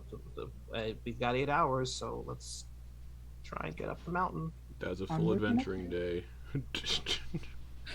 Mm-hmm. All right. So you start making your way up the mountain? Yep. All right. You find your way over following the map. The map kind of stops giving you directions once it gets to the path, probably because it's not very well charted.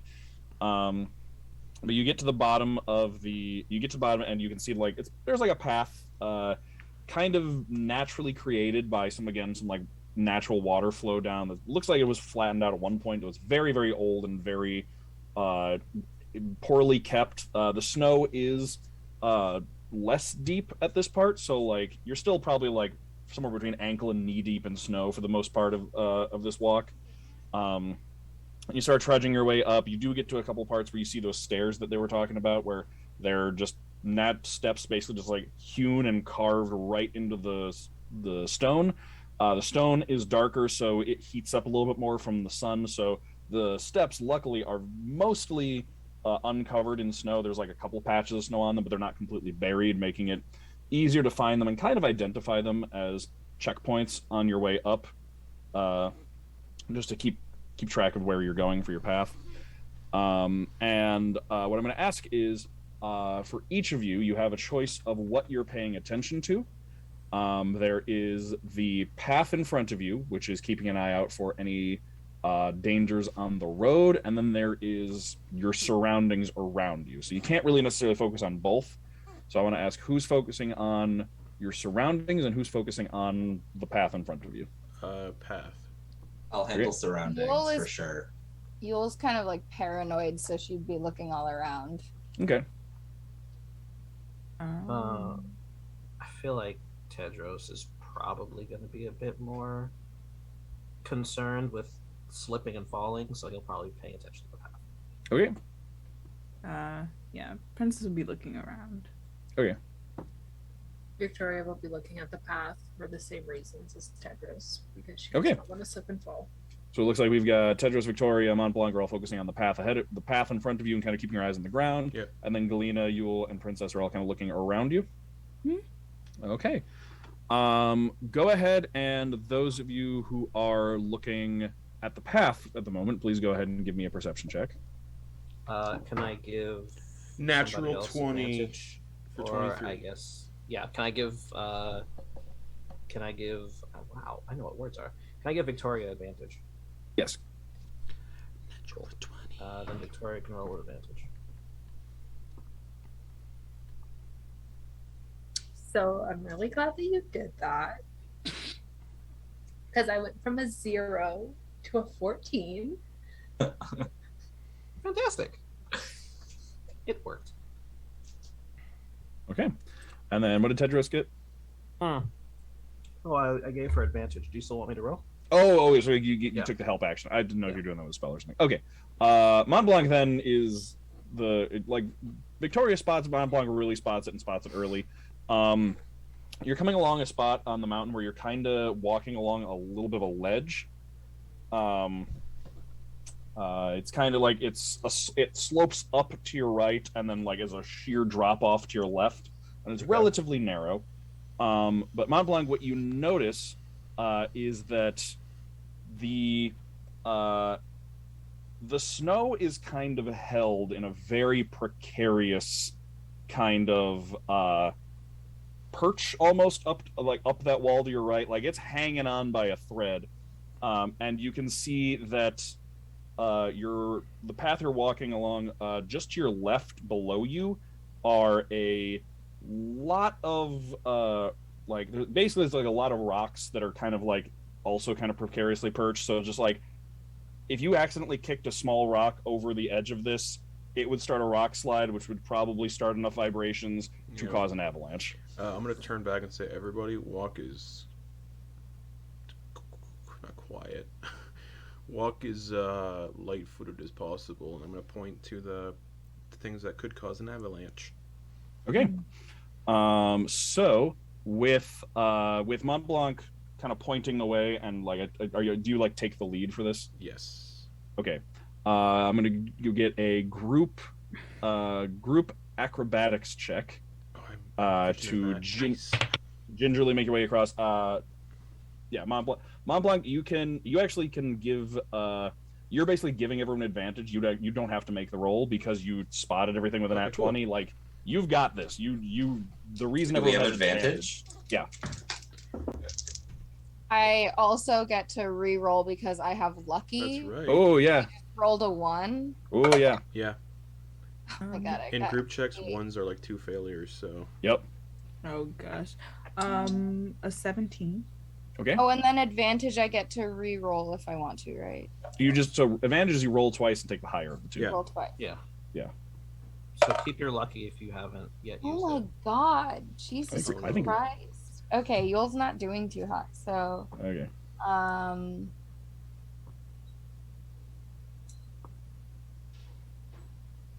12. Okay. Does lucky get used up, or is it just any nat 1? I thought it Get was the a halfling lucky. Yeah. I get to re-roll any one. Yeah. Yeah. So it's like you can just any time. It's not even like Yeah, it gets used every up. It's single time. ridiculous. I think I think if you roll a 1 the second time, then it sticks. But like, Yes. you have to roll yeah. 2 nat 1s in order to actually roll a nat 1. It's Exactly. ridiculous. Yes. Yeah. Well, Okay. I got a 2 on my Oh, assist, whatever. Okay. But total for you is 12, right? So yes, now 12. Okay. 12. Princess got a 17. 15. 15. Okay. 8. Okay. Material roll. I was an 8 too until I added my acrobatics. Was it 16? You said. Yeah. Okay. With that 16, you were the deciding question right there. You kind of were the fulcrum. Yeah. So you all managed to just gingerly make your way across, like pointing out rocks and things. eyes And, like, just wide the entire time. yeah, Montblanc is like walking backwards this whole, like, just like keeping an eye on everybody, because like you're like looking behind you, but you map this whole thing out just by getting one look at it. So There's probably a couple of times where Yule slips because she's still pretty unaccustomed to ice. mm-hmm. There's not ice in the valley. Yeah. So Monty but would probably just be grabbing her right back up. So Yeah. Montblanc just kind of like picks up Yule probably Yeah, and just like carries her through. And then Viktoria can help Galina like avoid some of them. And yeah, you get to the other side and you can all let out a collective sigh as you manage to not cause an avalanche that would send you flying off a cliff. I'll look down at Yule and go, like, do you want a piggyback by any chance? yes, please. All right, I'm going to crouch down. She's just gonna scurry up to the top All right, and and hold stand on. Horrible. That was exhilarating. That's a word for it. It's cold Okay. out here. Yep. All right. You can continue onward. Oh, we got to ban somebody People who are real quick. looking around, just looking around. Yes. Those of you who are considering the surroundings, I need perception checks for those of you. Yule has the high ground now. Oh yeah. So funny. Wait, we're ready. This is a perception? Yes. Let's see if I do. No, I wasn't gonna beat that anyway. Perception. That is math. That is a. Oh my god! 25. I got a 1 again. I want to get a different D20, but I don't know where. It's It just making is? sure. It's just making sure that you really get to take advantage of being a halfling. Can I ask a quick question of the people who stream on Twitch regularly? The ban command is /ban, right? Yes. Okay, thank you. Yeah. That's a 25. Wow. Okay. 12. Okay. This is wild. I keep getting like the same rolls. Sometimes that's how it goes, yeah. I also got a 25, which is only possible for me through a nat 20. Ooh, okay. So we got a nat 20 on both the path and the surroundings. Yep. Okay. So, Fuck you, mountain. both Princess and Galina, you pick out some shapes, very difficult to pick out but like you just got like just supervision or something going on because you're able to pick them out perfectly. There are, from the like ridges and cliffs and peaks around you, you can spot that you're being watched as you're walking and making your way along the path.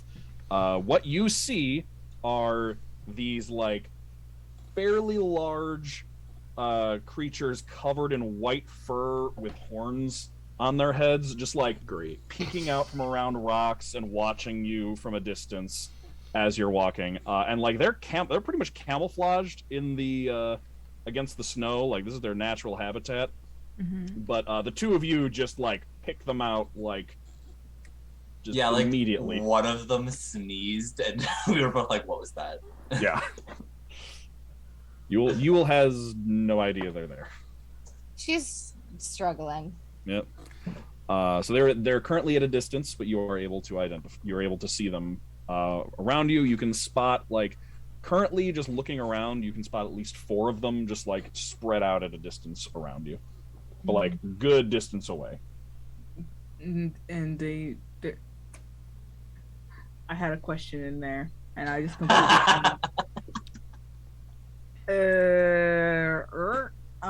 And they're just looking. They don't look like.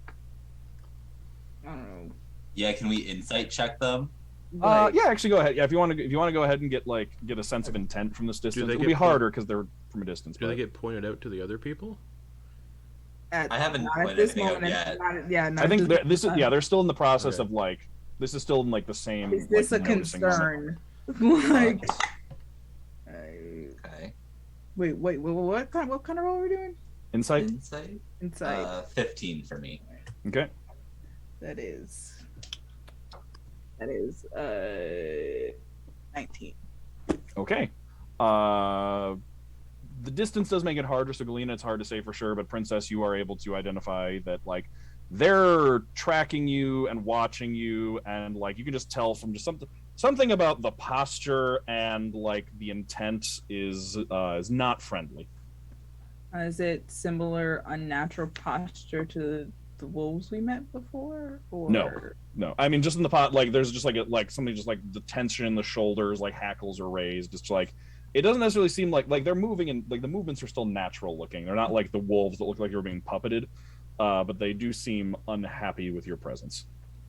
I think I clocked that Princess also clocked them, and we'll just try to like nonchalantly like slide up to her, and, like just like quietly like you saw them, right? Mm-hmm. You've hunted beasts before? Are these beasts you've hunted? I don't think so. Are these beasts I've hunted before? I don't think. Probably not, though, Yeah, given the terrain that you've spent your time in. Yeah. No, I don't think so.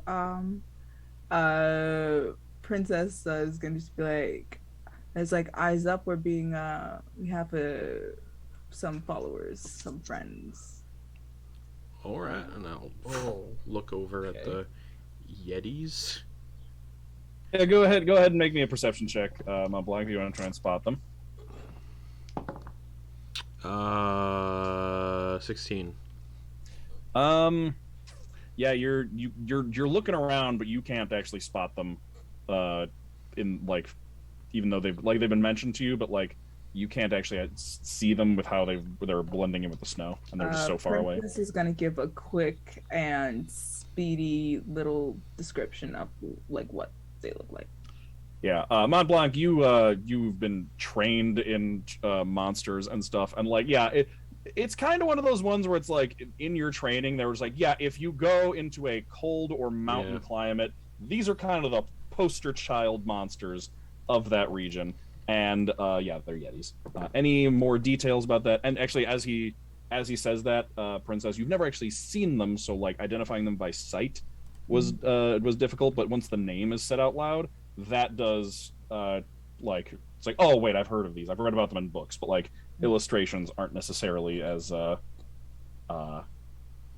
helpful for recognizing them by sight. Okay. So I would know it's smart to give them a wide berth. Probably, yeah. Yeah, just keep our distance from them. We should be okay. Does it look like we're gonna walk into their path where they're? Apparently, they're watching you at a pretty solid distance. Like they're kind of almost creating they're at like a radius around you. All If right. any of them break 120-foot radius and like come into blasting zone, I would like to immediately blast. Okay. So far, none of them are within that radius, at least that you can see. There are like ridges and things that would allow them to get closer and be just like completely undercover, but within your line of sight, none. Yeah, I'm just keeping an eye out, and if they breach our pact of trust here, Okay. When you say blast, like, do you mean like Eldritch Blast. All right. Okay. Yeah, it's not a loud sound-based thing. I mean, I've got Thunderwave today. Do we want Thunderwave? Oh my No. goodness! Why'd you pull all these things when we're climbing up a mountain? Okay. No.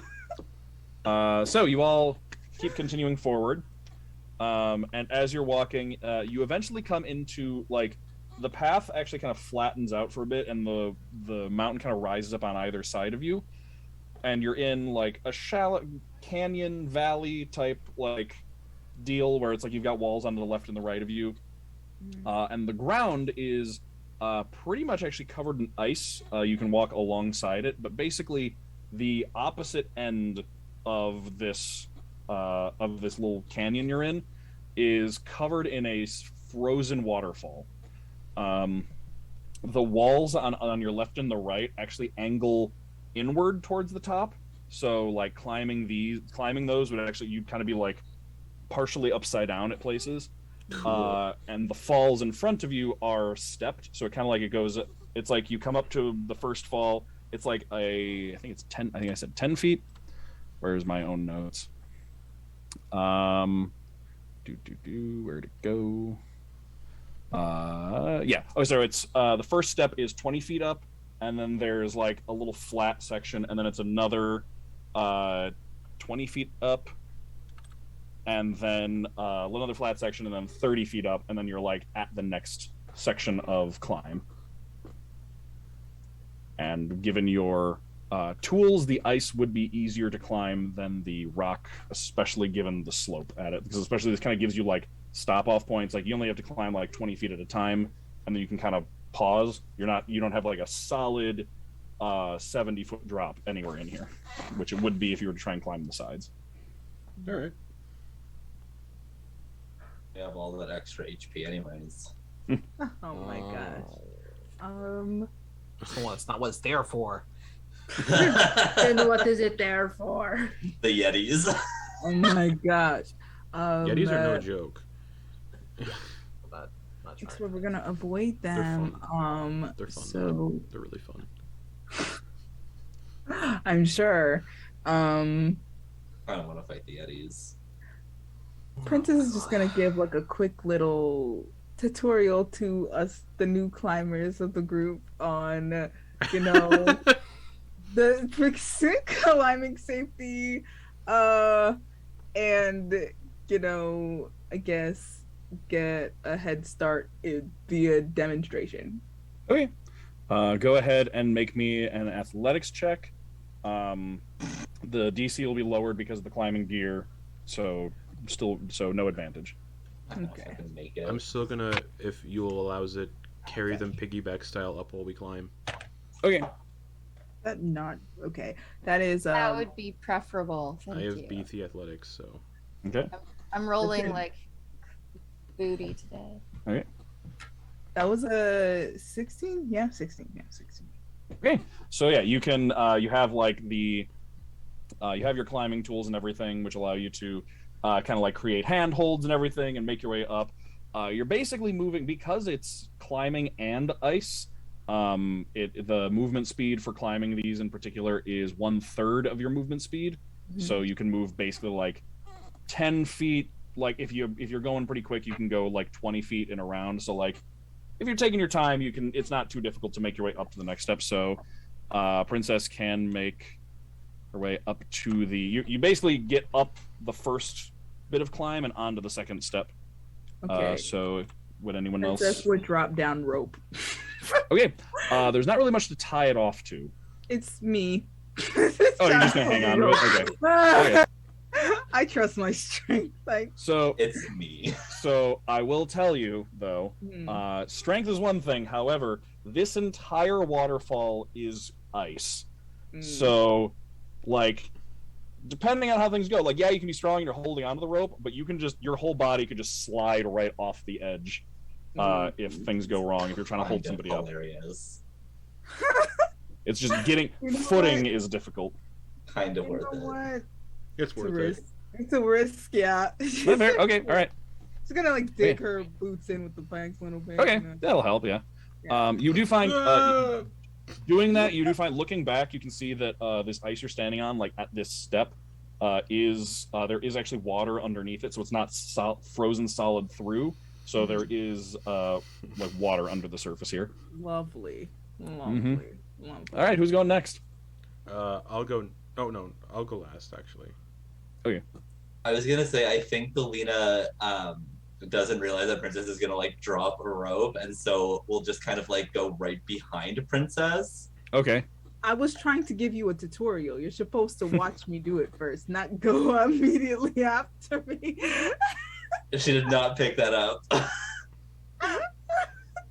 Go ahead and roll athletics. See how the climb goes. It went great. What'd you get? We got a 4. That's not great. So Galina goes and starts like working on climbing, gets about halfway up, and then just like completely loses grip on what like the handholds you're making and just flails for a second and then falls back down just right onto the ground. Yeah, tries to like shape water the ice into more handholds, realizes that like that's not how the spell works, and is like, fuck. So that's gonna be 5 points of damage from the fall. All right. I'll take Bam, right onto your back. And actually, yeah, you land and like go through the ice. Actually, it's down here though, it's shallow, so it's like you crack through the ice and you're laying in about just like 3 inches of water at this point, because like not enough has trickled down, so you're just like laying in shattered ice in 3 inches of water. Just your back is wet. Like you would be cold if you didn't have cold resistance. Patience is a virtue. Going down to Galina. Help you slip. I doubt it. Oh, I want to yank that rope so bad. Maybe. Okay. All right. Just take it and jump off the side of something. Tedros will go up. Okay, go ahead and roll. Athletics. Yep. Okay. It's a 10. Are you using the rope? I am assuming that I'm using the rope. Yeah, if you're using the rope, then go ahead. So, Princess, give me a strength check with to hold on to the rope and just keep your footing. Okay. I might not take the rope just to save Princess. That I'm gonna is, take the rope. That's cocked. Oh. Okay, that's a 14. Okay, so you manage to hang on, and the rope drops the DC enough so that a 10 will do it. So Tedros, you can like your feet are like slipping out on the wall and everything. Like you're having a hard time getting like the foot spikes in, but you're still hanging onto the rope. And Princess is like leaning forward and has to take a few steps, but like holds on. You can manage to like climb your way up and get an arm over. And it's not pretty, but you can do it. And you're like huffing and puffing by the time you get up there. Okay, all right. Tedros. I don't know if I'd call it a good job, but it's a job. Princess gives Tedros bardic inspiration. All right. Well, yeah. All right. Cool. All right. And he will like grab some of the rope to help her. Okay. All right. Just like tug of war style. I'm gonna pat you on the head. Okay. All right, let's go. And then I'm gonna start climbing without the rope because I don't want to pull anybody over the side.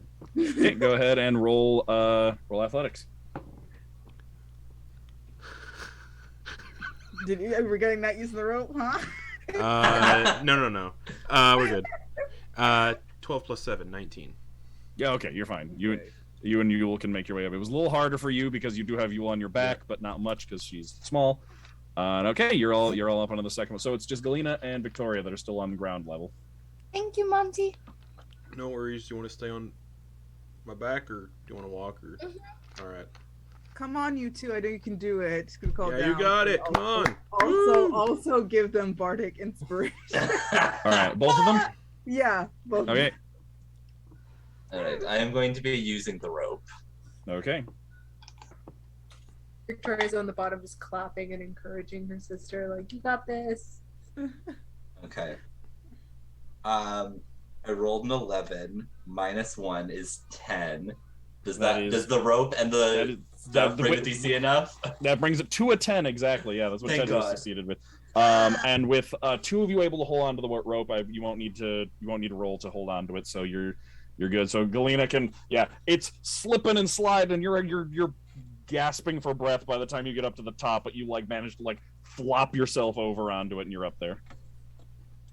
Because we have to do this a couple times, right? Yep. Mhm. At the top of this, can we take a short rest, maybe, perhaps? Yeah, we'll Dear. I will be winded, I think, maybe. We just started. It is not that hard. And Victoria will Nat pop 1. her way up. All right. Are you using the rope or are you climbing? I'm just- not. Just doing it. All right. Go I'm ahead. just rock Nat dogging life 1. out here. Don't wish that on her. Other way. That is a Nice. natural 20 for a 23. Ooh. Okay. So Victoria just takes a running leap, leaps up, takes the axe off her back, and just sinks it into the ice. Climbs hand over hand up the haft of the axe, stands on top of it, gets a hand on top, just sinks her fingers into the ice, undoes the axe so she's hanging by one hand, and just one arm pull-ups her way on top of where she's going. Stepped up, dust herself off. And that is how it is done. Yeah, okay, show I love off. to see it. Oh no, you got pushed over the side. You're I told pushing you, me, I'm taking Victoria you is with much me. better at all of the outside stuff than I am. Yeah, very, very Yeah. much so. Concurred. I just used to climb the outside of Uncle's house when I did not want to deal with him. So, It's just getting. Is that where you went? oh, absolutely. And I was peeking the little windows and it was a great time. If you Oh boy. if you pay attention, you can see that Yule's kind of shaking, and she's like, "It's just getting really cold out here. Is anyone else getting really cold?" Is your cloaks not helping? She's still wearing 15 of them. Tedros, could you prestidigitation her base layer cloak to be warm? Like a heated cloak? I can try it, sure. Let me just get the end of it, if you don't mind, and you'll cast prestidigitation and warm the cloak, I guess that's closest to her body. Okay. Thank you, Tedros. Okay, that should last for I think it's an hour. I think it's an hour as well. Yeah, Princess will also her cloak. That's the nicest thing she owns. And also put it around Yule. Princess, pick up you the should be wearing this. I have a coat as well, so I'm good. Thank you. I'm just feeling a little strange up this high. Yes, I imagine you're from someplace warm. Yeah. And a valley? This Valley. is the opposite of a valley. This is a nega valley. It's not a valley. It's like it's a mountain. It, It's like a mountain. it is quite Yeah. literally the exact opposite of a valley, and Yeah. I don't know how many cabbages they grow up here, but Winter it might not be cabbages. cabbage weather. Ice cabbages. Only ice cabbages. Princess is gonna sort of look up at the next stretch of climb and just try to catalog like where it looks like a good place to put like footholds and handholds and things like that. Okay. Yeah, you can do that. Okay. I would really like to try to redeem myself, and I'd like to go first this time. Absolutely, you should do that. Thank you, sister. Ladies I would first, like- as they say. Oh boy, this is. Princess is gonna stand underneath Galina as soon as she starts climbing. Victoria's gonna go to Tedros and just like, did you prep healing today? I have some. On the I plus would like side, to if- not have to use it. If someone catches you while you're falling, it splits the damage among both of you, so that's fine.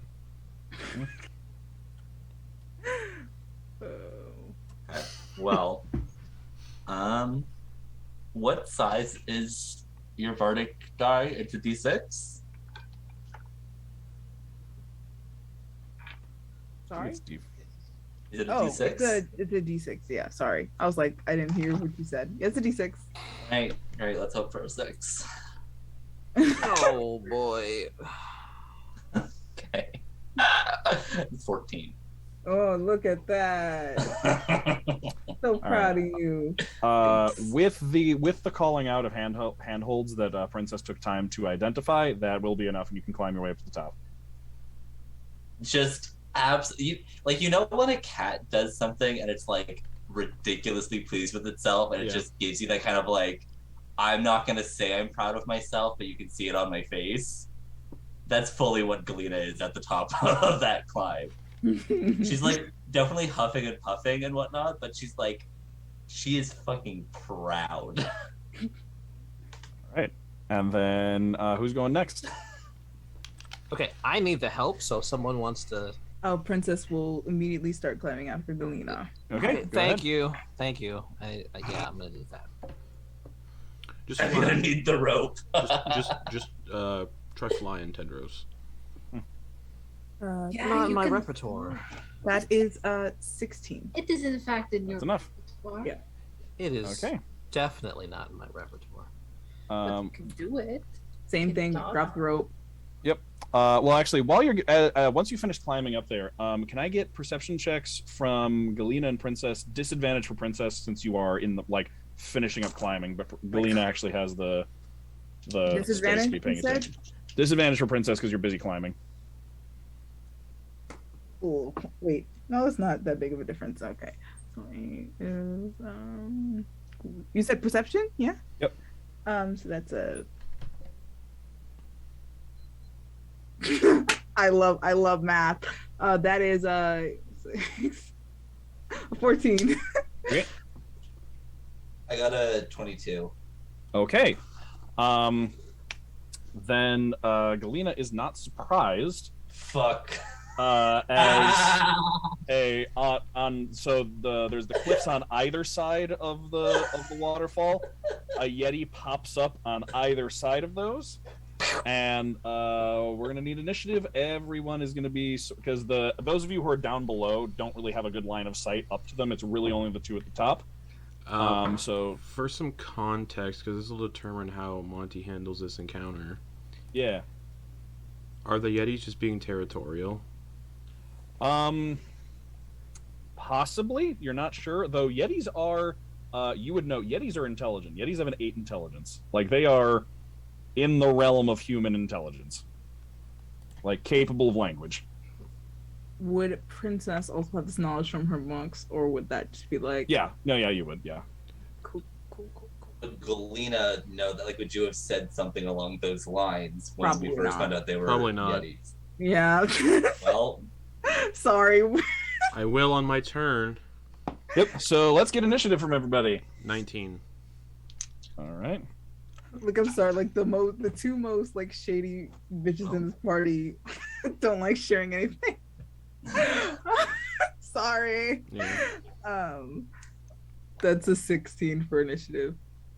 Okay. I've got an 18. The Wolf Pack rolling is a good. good party name, though. The what? Wolf Pack. Oh my god, do we all choose to get like Got Anthropy 11. and become the wolf pack? I would not do that, so that would have to be a choice that y'all make. Yeah. 12 for Tedros. Okay. And Viktoria? 16. 16? Yep. Okay. Who has a higher dex mod, Viktoria or Princess? Most likely Princess. Oh, yeah. What am I asking? Yeah. I I don't know, thought about that Princess, for you 2 beat seconds. a -1.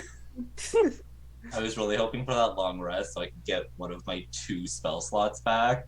Mm. We just had a long rest. No, we didn't. Short rest, sorry. Short rest. Sure. Okay. So that is going to be... so Montblanc goes first. Cool. You basically have you get the sense immediately that something is wrong. And like you can just like hear the sounds of the Yetis from up above and everything, and like enough to like be like, oh god, oh no, something's happening. But like that's pretty much your turn at that point. Oh, I don't get to do anything? No, because everyone who is not Galina is surprised. Well, that's poop. Alright. I mean, You would just you be able to down on the talk? second level, you don't have line of sight up to the top. Alright. So that will bring us to then Galina, who is rolled very high and is not surprised. You're not going to get. Is it just the one Yeti? No, there's 2, one on either side. How far apart are they? Good distance apart, because like one's on the left side of the canyon, one's on the left wall of the canyon, one's on the right wall of the canyon, so probably like maybe 40-50 feet apart. All right. Well, I am going to take my 6 of. No, I'm not going to do that. That's a really bad idea, actually, as it turns out. Sorry, I forgot we were on top of a mountain that could avalanche. The section you're in right now actually is pretty. It's like a sheltered valley, so you're pretty sure you're safe from avalanche at this point. Excellent. I feel like I don't want to like actually engage in real combat, but I also don't know that they like speak a language that I can speak. So I think what I'll do is I'm going to cast Eldritch Blast, not actually aiming at the Yeti. I want to blast like where its feet are, and just kind of like yell "halt" in Primordial. Okay. In an attempt to just kind of like freak it out. But in the process of doing that, I'll also summon Leviathan to go protect Princess, because she's the like next closest to the Yetis. Okay. All right. That'll bring us through then Princess and Viktoria, both surprised. Like Princess, you like Leviathan swirls around you, and like you see Galina blast up. Like you're like in the process of processing all of that before you can actually get a chance to react. Which then brings us to both of the Yetis. They both rolled the same initiative. So they're both actually going to just leap off the cliff down towards Galina and Princess, one first, then the other.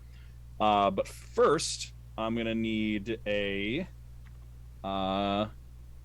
Constitution saving throw from both of you.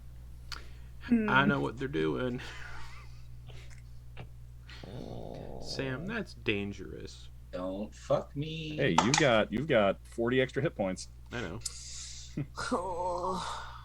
But it's fun. A Constitution, that's 13. Okay. Really? I rolled a 13 too. That's really cute. Oh, Wow. okay. I was You like, both- what is this surprise? both- Sorry, no, I rolled an 11 plus 2, and I was just like, that's really cute. Oh, same. You both rolled exactly the DC. Really? Yeah. So So you don't they want to both- fail that DC. Yeah, they both look down at you, and you can feel just like the cold just like sap into you, and it's like trying to just like freeze your joints in place. But you managed to break out of the paralysis effect. Oh, I am not the one. Not for the cold. Yep. And then they both leap down, and then one of them slashes a claw down at the ice beneath both of you. Lovely. And That's I'm gonna need dexterity saving throws from the both of you as the ice just cracks and shatters under the both of you, opening it up to a pool of water. Ooh, okay. That is that's a spicy 22. Okay. Oh no. It's water, you're fine. It's a 3. Okay. So Princess, you're able to like easily hop out of the way and like stay onto the ice. In which case, it's going to make its second attack directly against you. Lovely. So it gets a 23 to hit. Oh yeah, that hits. Okay. 4. And Galina, you should be able to use Leviathan. Will be able to be applied to this. Yes. So that is going to be 5 points of slashing damage and 4 points of cold damage for a grand total of 9.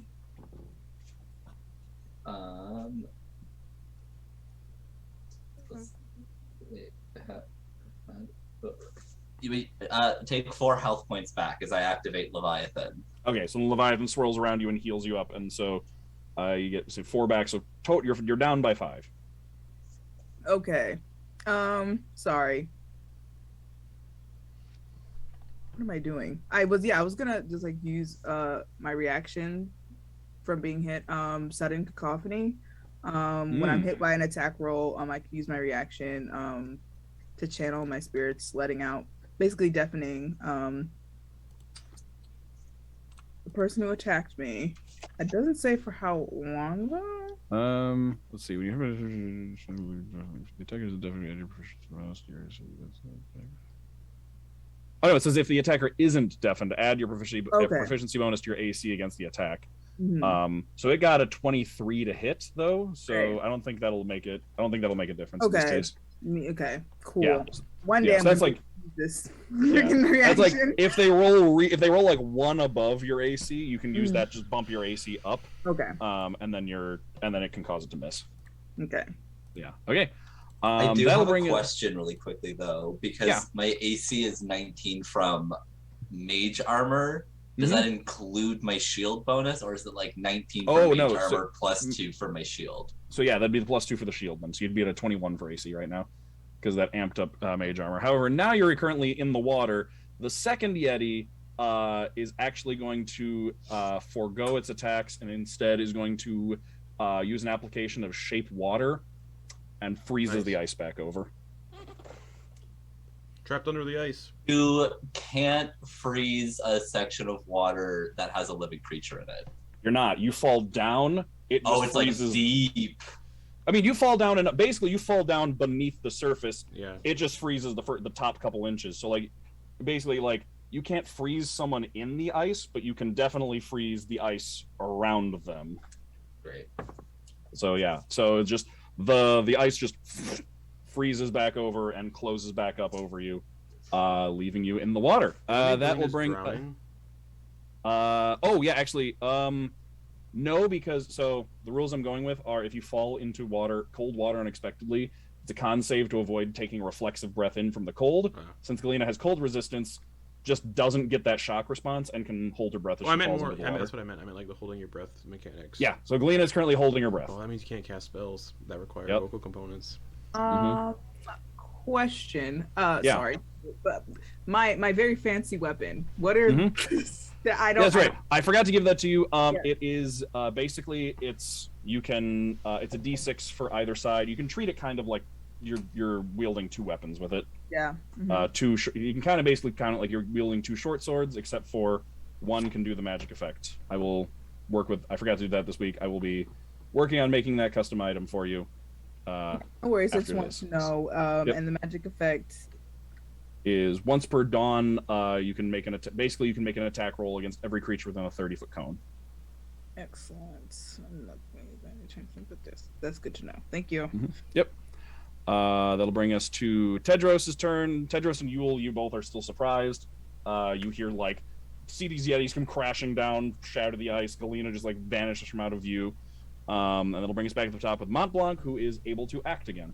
Do I know that they're probably just defending their territory? You don't know that necessarily, no. So these are the things that you guys have been seeing. Mm-hmm. Well, yeah. Okay.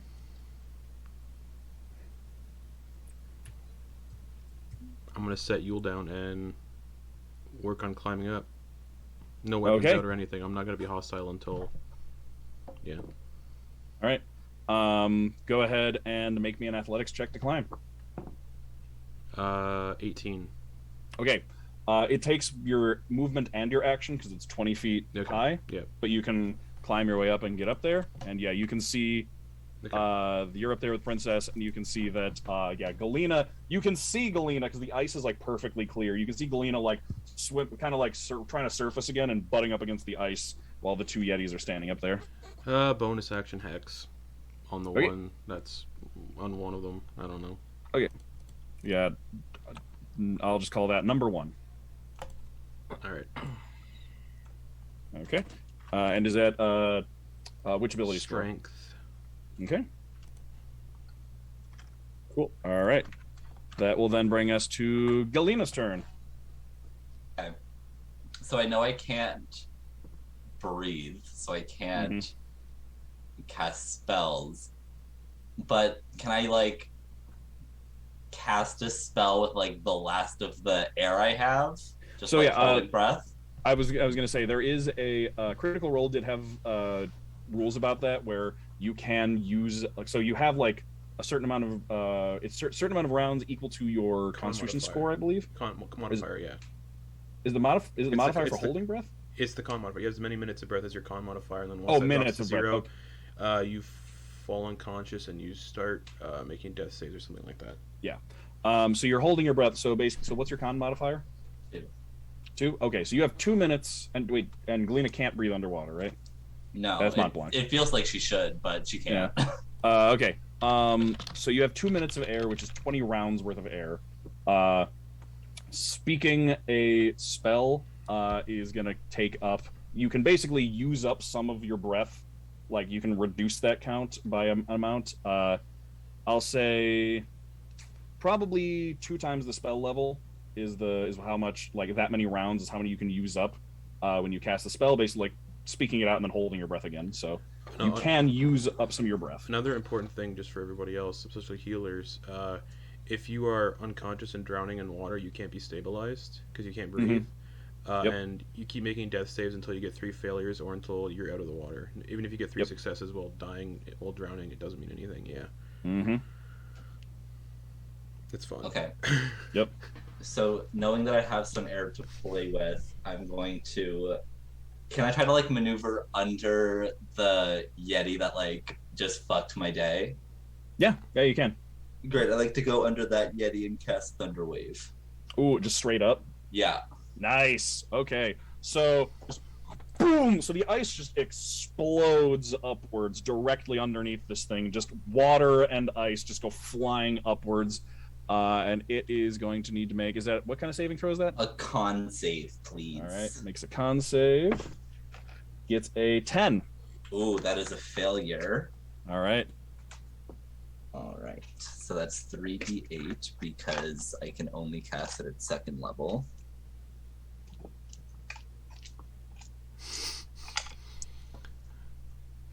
I should have got proficiency in Yeti as a language. Okay, pretty good.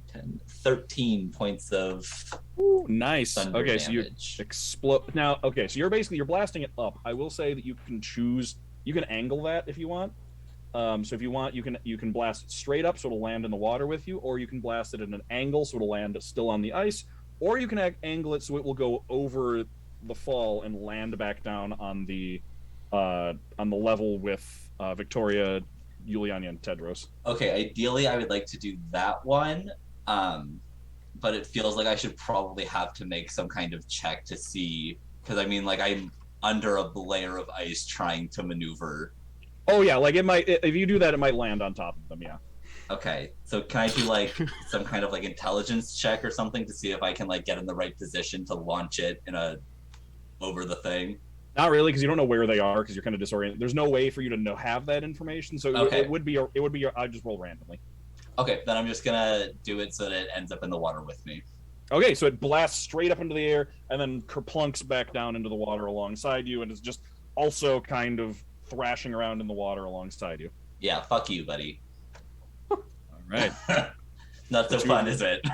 The two of you are in the water, but the surface has been breached again. So with the rest of your movement, would you like to swim back up Yeah, and get some I air? would like to do like a very dramatic like aerial hair flip as I Okay. reach the water. Does he get an attack of opportunity? No. You're still within its reach if you surface. Okay.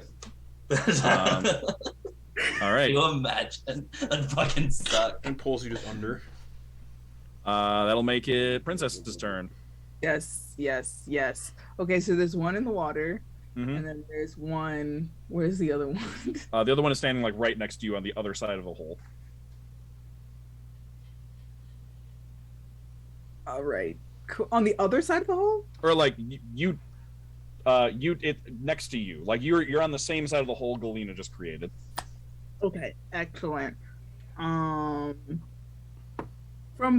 my knowledge, would I have like any idea like what language Yetis speak? Yeti. Yeti. They speak Yeti. That's a thing. Yeah. Yep. They have their own language. Okay. Damn it. Okay. Just try speaking Yeti. I don't try. I mean, you have comprehend languages, so. I do have, but does that make me be able to speak? That would make me No, understand. tongues would allow you to tongues. speak the language. Yeah. Yeah, they haven't said anything yet. Okay. I actually am going to cast. Let me see. How long does it take to cast comprehend language? First of all, It's an action. It's an action. Okay. Going to make myself look very non-threatening and cast comprehend language and just be like, Okay. we're just passing through. Yeah, that was my action. And Okay. This is there. We're like, so All right. All right. So you're trying to look non-threatening. All right. That'll bring us to Victoria. Dearest DM, I have a question. Mm-hmm. What was our ruling on spells that have like a material component? Like, say for instance, like chromatic orb has like you must have the diamond. We did come to the conclusion that our decks would just handle that because there aren't a lot of spells that actually require that component. Yeah, I think we said that if it costs, I think we said that because of the random element, the benefit of that, is if it's a non-consumable one, like so something like chromatic orb where it doesn't use it up every time, we'll waive it because you randomly get like that makes up for the disadvantage of randomly getting them. But something like revivify where it does use up the material component, that one you still have to provide for. Yes. Okay, second question. Can I see the Yeti? If you back up, you can see the one up top that's right next to Princess. And would they be within 90 feet of me? Oh, absolutely, yeah. Awesome. So Victoria's going to take out her Queen of Wands and kind of like spin it so that it starts like spinning. And then she's going to like narrow her eyes at the Yeti and just kind of make like a finger gun. Okay. And then the card will like burst into flames and shoot towards it. And I'm going to cast Chromatic Orb. Ooh, nice. Okay. Is that an attack roll? Yeah. Yes. All right, go ahead and roll the attack roll. And then you choose a damage type. Which I think I want to fire, yeah. Fire. Mm-hmm. Range spell attack.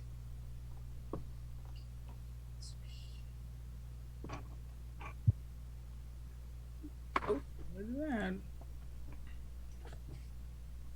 18 plus 6. Yeah, that'll definitely hit.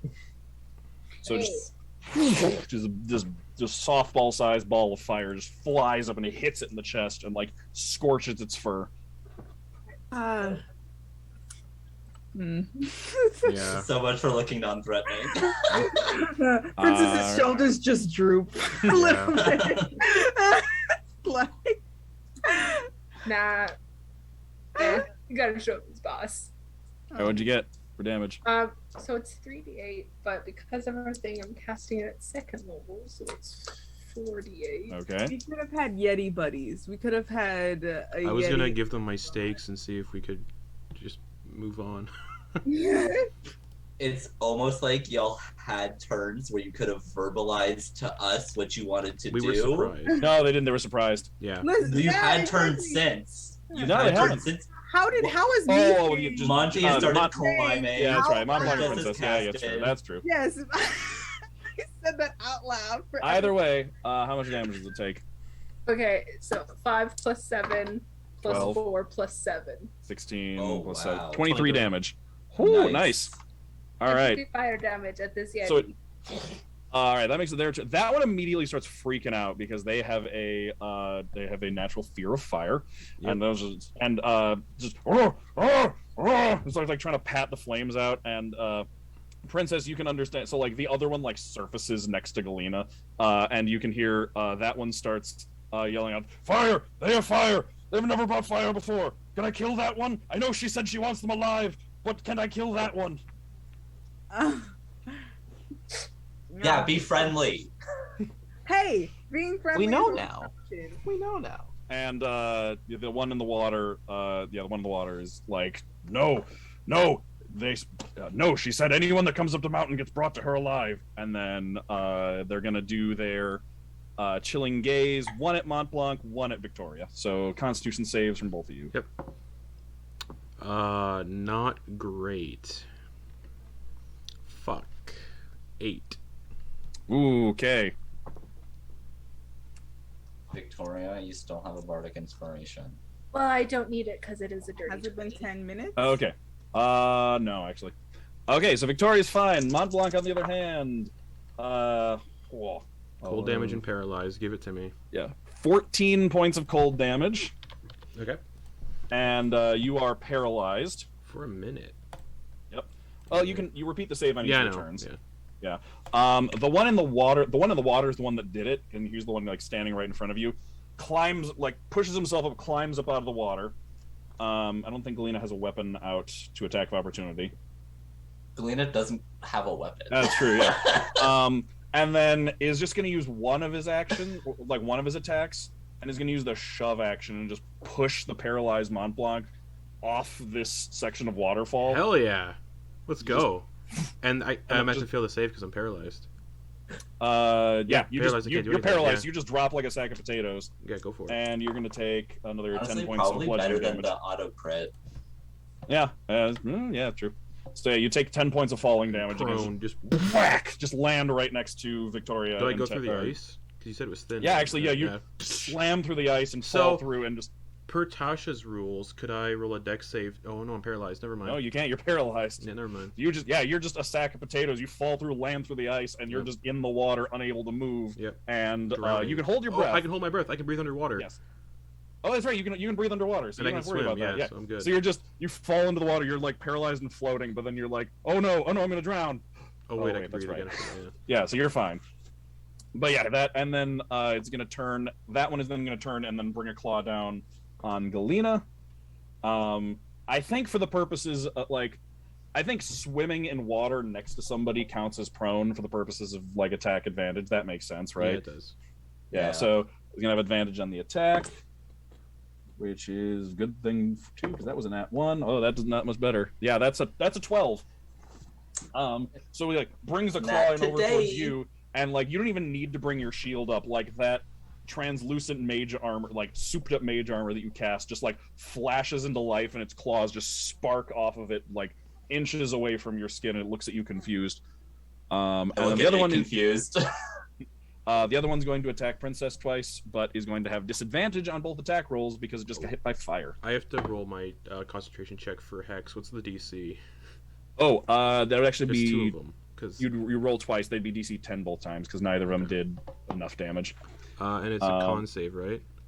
Yep. First one's a 9. 5 plus 4. Boom. Okay, yeah. So you freeze and paralyze, and that just distracts you enough that the Hex paralyzed gives you. Does that technically count as incapacitated? I don't remember. No, it doesn't. I just looked. No, yeah, you can still retain spells. A paralyzed creature is incapacitated, so I do automatically lose concentration when I'm paralyzed. Oh, interesting. Yeah. That feels like that shouldn't be the case, but all right. Yeah, incapacitation, you lose concentration because you can't do anything. So.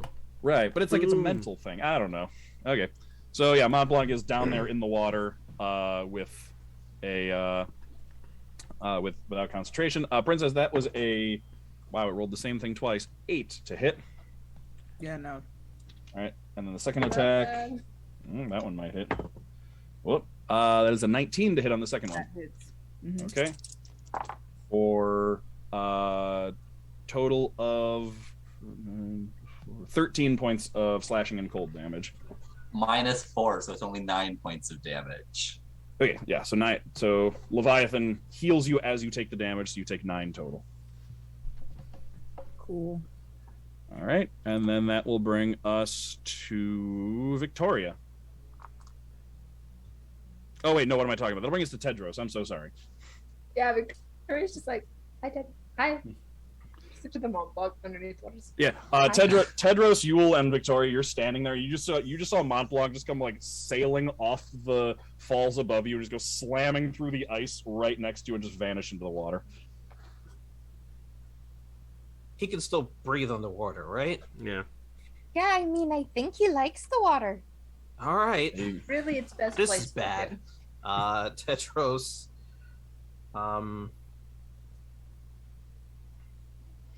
Fuck. Tedros will say fuck a lot of times, and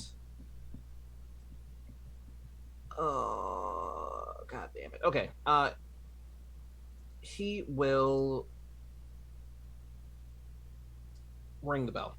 He'll grab his holy symbol, and some of that pink-colored energy will form a bell in his hands. And when he rings it, you'll hear the screech of an owl, and he'll cast Meteor swarm. Yes, definitely that. It'll probably sound like Toll the Dead, but it will definitely be a meteor swarm. Mm-hmm. Okay, and which is that on? Which one is that on? The one that just attacked Galina, or the one that just attacked Princess? Whichever one just pushed Montblanc off the edge. Okay, the one that just attacked Galina. All right, so Wisdom save. Yes, DC is 13. What's their bonus? Okay, they got an 11, so failure. Spectacular. You know what sounds good? Well, more damage would have been better, but it takes 4 necrotic damage. Okay, yeah, that one just tenses up and kind of like looks around confused as to what caused that. And fuck it. Tedros will get to the ice and he'll start climbing. Okay, so you can make your way halfway up. So give me an athletics check to try and climb. Ooh, we'll try it. Nope, nowhere. Doesn't go anywhere. Just slides back down. Yeah, you're trying to get handholds up, but you just slide right back down to the It's ground. You're still there. good. Okay. All right. That will then bring us to Yulyanya's turn. And who am I in range of? You're on like a level below the 2 Yetis. Mm-hmm. But your Sunbolts would be able to reach either of them. Okay, that's what I would try. Mm-hmm. Okay. You want to go for the one that pushed Montblanc or the one that's attacking Princess? The one that's attacking Princess. Okay. Go ahead and roll your attacks. Jesus Christ. That's not doing anything. That was a 5. Oof. Yeah, so you're like lining it up already when Montblanc gets thrown. It like throws you off and you blast way off to one side. Yeah. I think you can do a second one as a bonus action if you'd like. Okay. Okay, that's better. 17. That does absolutely hit. Yeah, roll damage. That one manages to just like blast it right in the side of the head. And I'm sorry, refresher. This is damage. Mm-hmm. Yes. That is 4. Is it plus anything? Yeah, it's plus your dexterity modifier. 4 plus 2, so 6. Okay. So yeah, you blast up at that one with your Sunbolt. Technically it's radiant damage, not fire damage, so it doesn't set off their fear of fire. Oh yeah, just a bright light just slams into the side of its head. It's like blinking against it. What was that? Okay. Any movement? I don't think she'd want to risk climbing. She's all out of sorts today. Okay. All right, so she's gonna stay there. All right. That'll bring us to Montblanc's turn. Con save. Yep. Give us the con save to try and recover. 18. Okay. Yeah. At the end of your turn, you can just like you feel it's like basically the way it works is like it just like throws all of your joints, and you can just like hear through like you're in the water, so everything is very muffled to you, but like it's this sound is amplified. It's like the and you manage to like break out of the ice freezing you in place, and so you're able to move again and like right yourself. So on your next turn, you'll be able to swim back up. Yep. All right. Yeah. That'll bring us then to now Galina. Great. I would love to get out of the water. I think. Okay. Yeah, you can just pull yourself up out of the water next to this, right next to Yeti number 2. Okay. Great. Can I not be beside Yeti number 2? It's standing right over you, so if you swim and get out anywhere else, it will get an attack of opportunity. I'll take that attack of opportunity. Okay. So advantage because you're in the water. That is a 19, which is going to be a no. Just right off of that armor as you just swim your way over to the other side, and you can. Where would you like to go? The only thing I can do now is Eldritch Blasting, so I just don't want to be Okay. at disadvantage for being right beside an enemy. Gotcha. So you just got some space there. Okay. Yeah, and then I'm just All gonna Eldritch Blast if you don't mind. Yep. Go ahead. The one number 2, the one that was right next to you. Yeah, I think Okay. me and number 2 are we got something to settle. All right. Go ahead. Unnatural 20. That'll hit.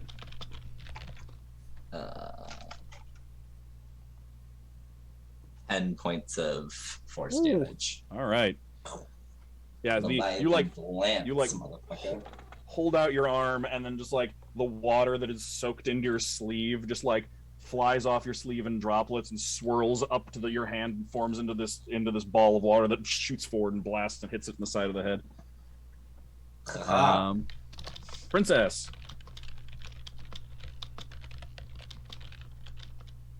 I muted myself. I'm sorry. I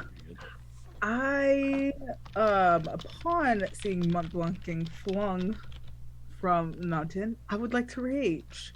Okay. And that Yeti is still beside me. Yes. Okay. Mhm. All right.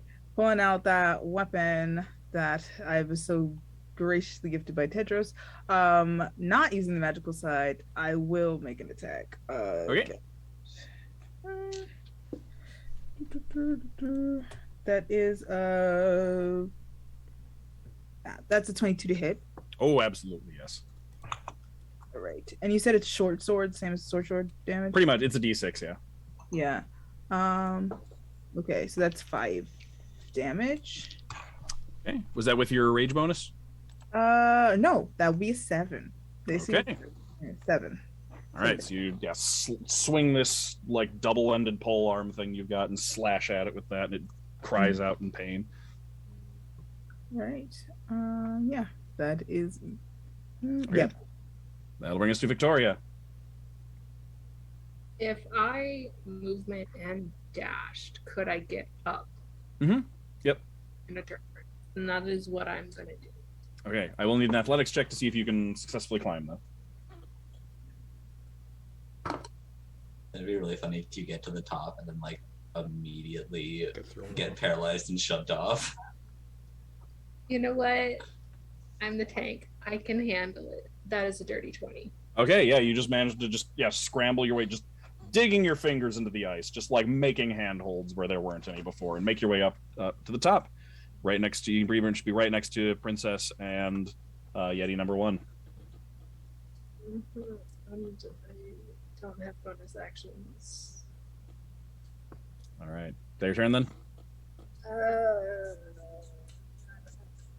Yeah, that's Okay. that is my turn. Okay. Then the two Yetis are both. The two Yetis are basically standing right on the edge of the fall.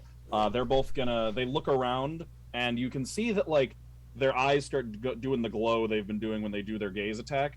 But they pass over Galina, Viktoria, and Princess. Just like consider it, but then move on. And they're going to target. Look down and target Yulyanya and Tedros. So Constitution saves from both of you. Hashtag yikes. Not a fan. That's a 14. Okay, that makes it by 1. You're fine. Oh,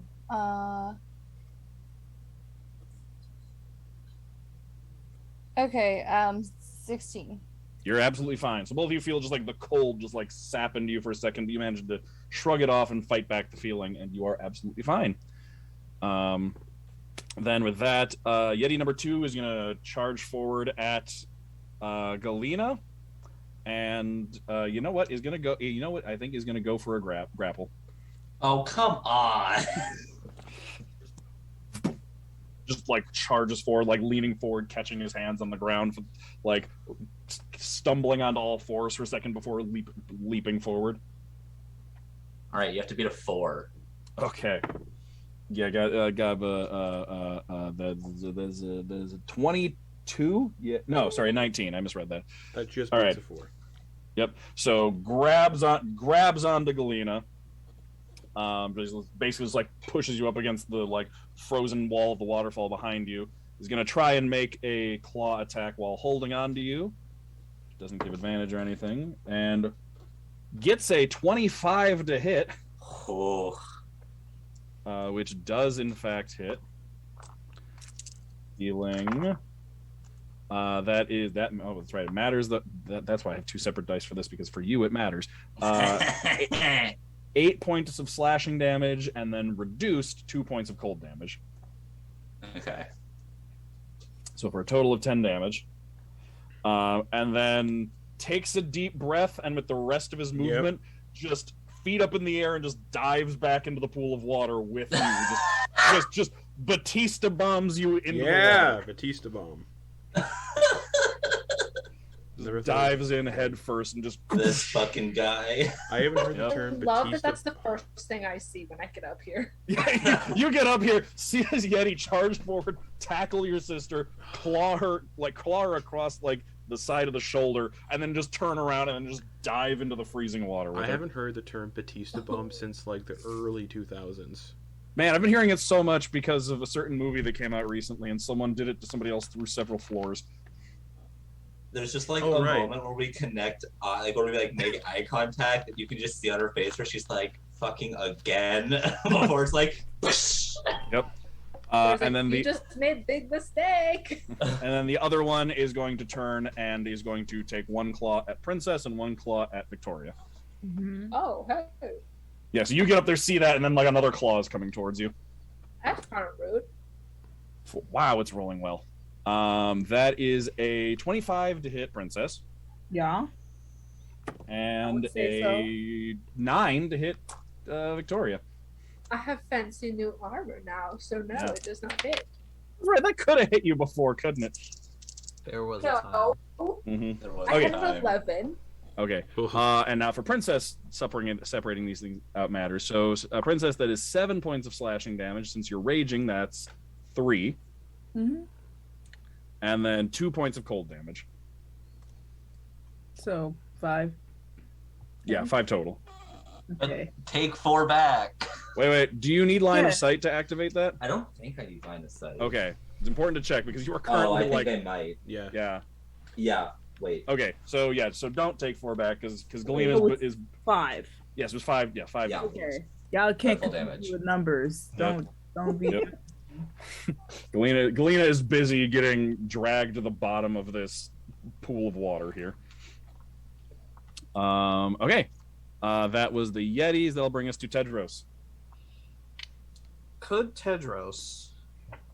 Oh, shit, it's still 10 feet. Does Tedros think that he could heat up the water underneath the Yeti's foot enough for it to slip? Potentially, yeah. I would give it a saving throw.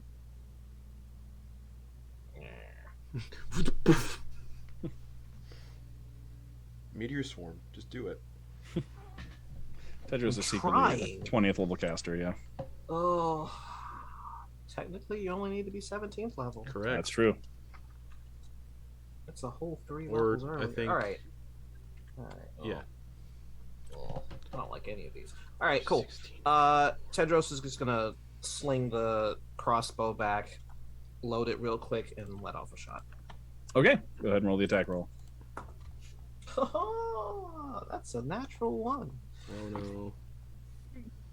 It's like you fire the crossbow. It's like the string goes, but like you didn't manage to put the string behind the crossbow bolt, so it just goes and the bolt just kind of like falls off the side of the crossbow. You've gotta be fucking kidding me. Picks it up and puts it back. All right. Bring us to Yule's turn.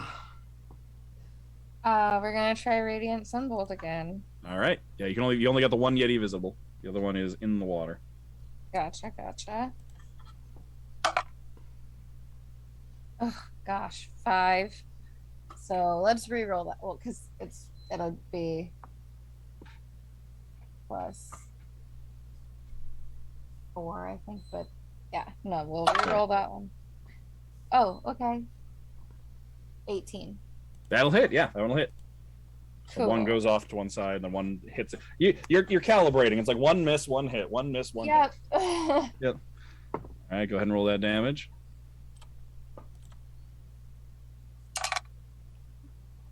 Gonna be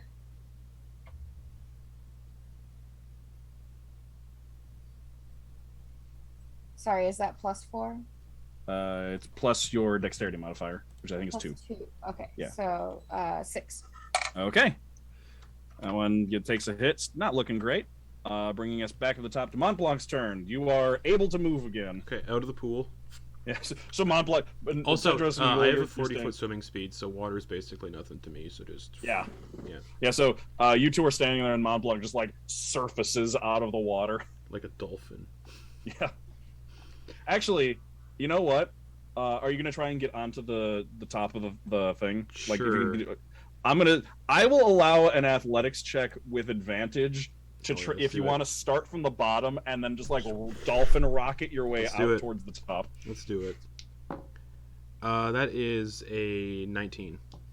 All right, Amazing. so you two don't see Montblanc really surface. You see a splash of water as Montblanc just comes rocketing out of the water, flies up, catches Cool. himself on the edge of the waterfall, and uses the rest of his movement to pull himself up. All That only right. took your movement. You still have an action. Is there any Yetis in front of me?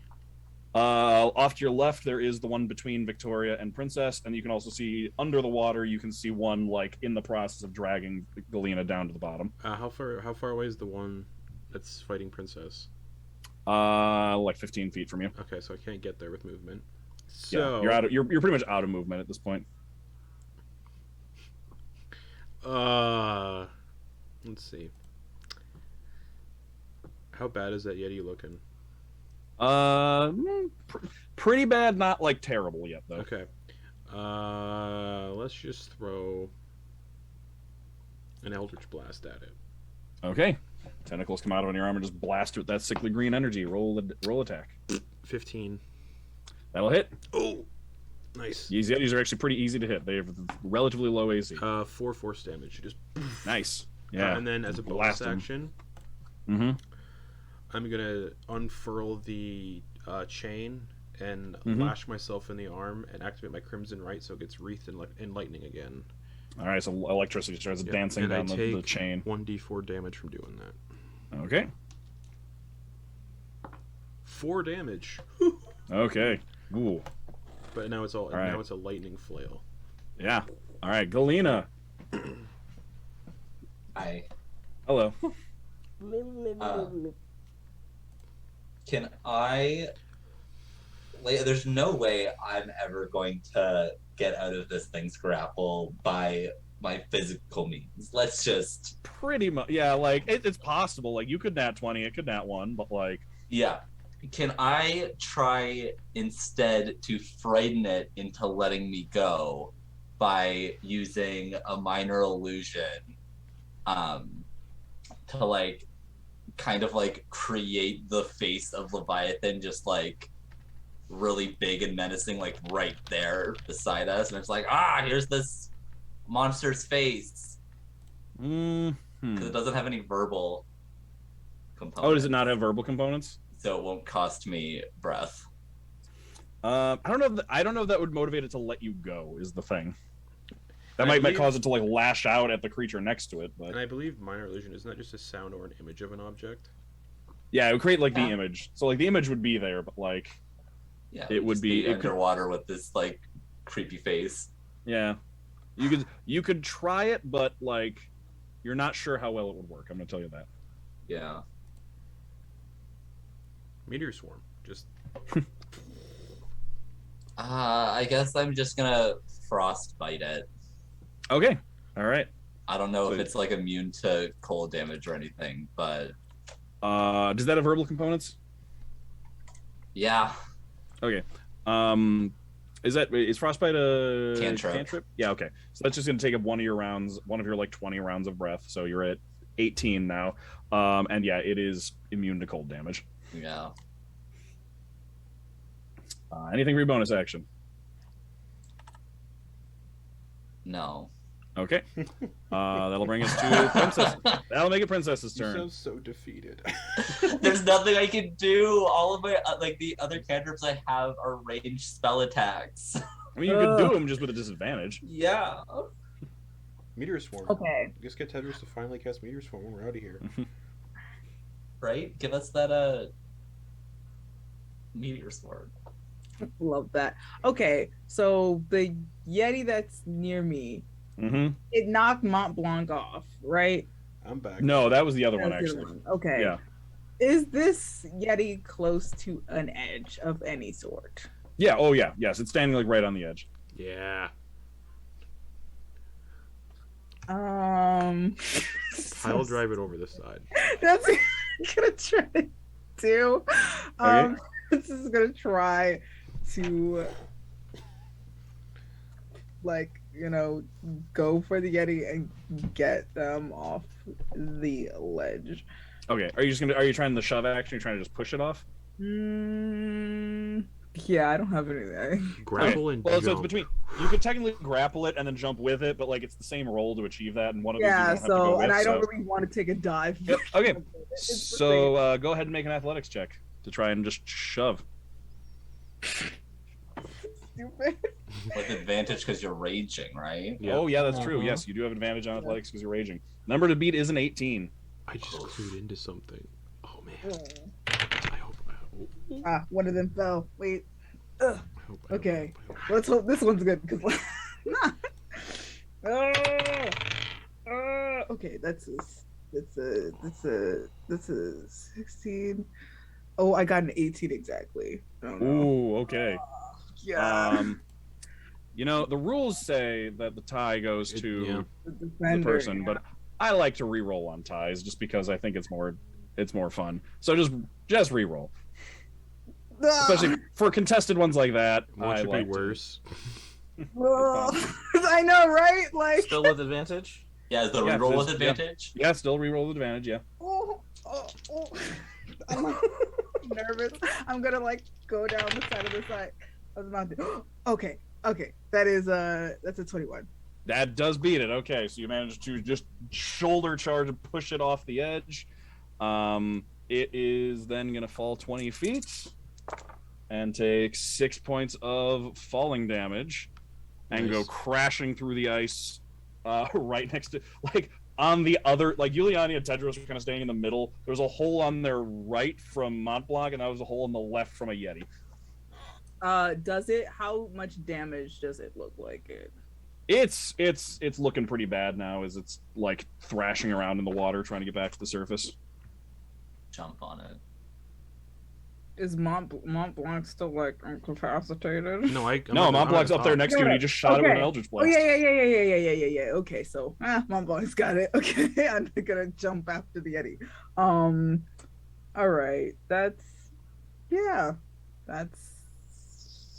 I'll jump. Yeah, I after it. can't I'll do- jump after it. Okay. So I would still have my movement and Mhm. I'm gonna do it. And a bonus action. I'm gonna do it. and a bonus action. Well, I can't really do anything for bonus action. Galina's having a time underwater. Yeah, I'm gonna She's jump. vibing. She's not I'm having a gonna terrible jump into the time. water after, Okay. All right.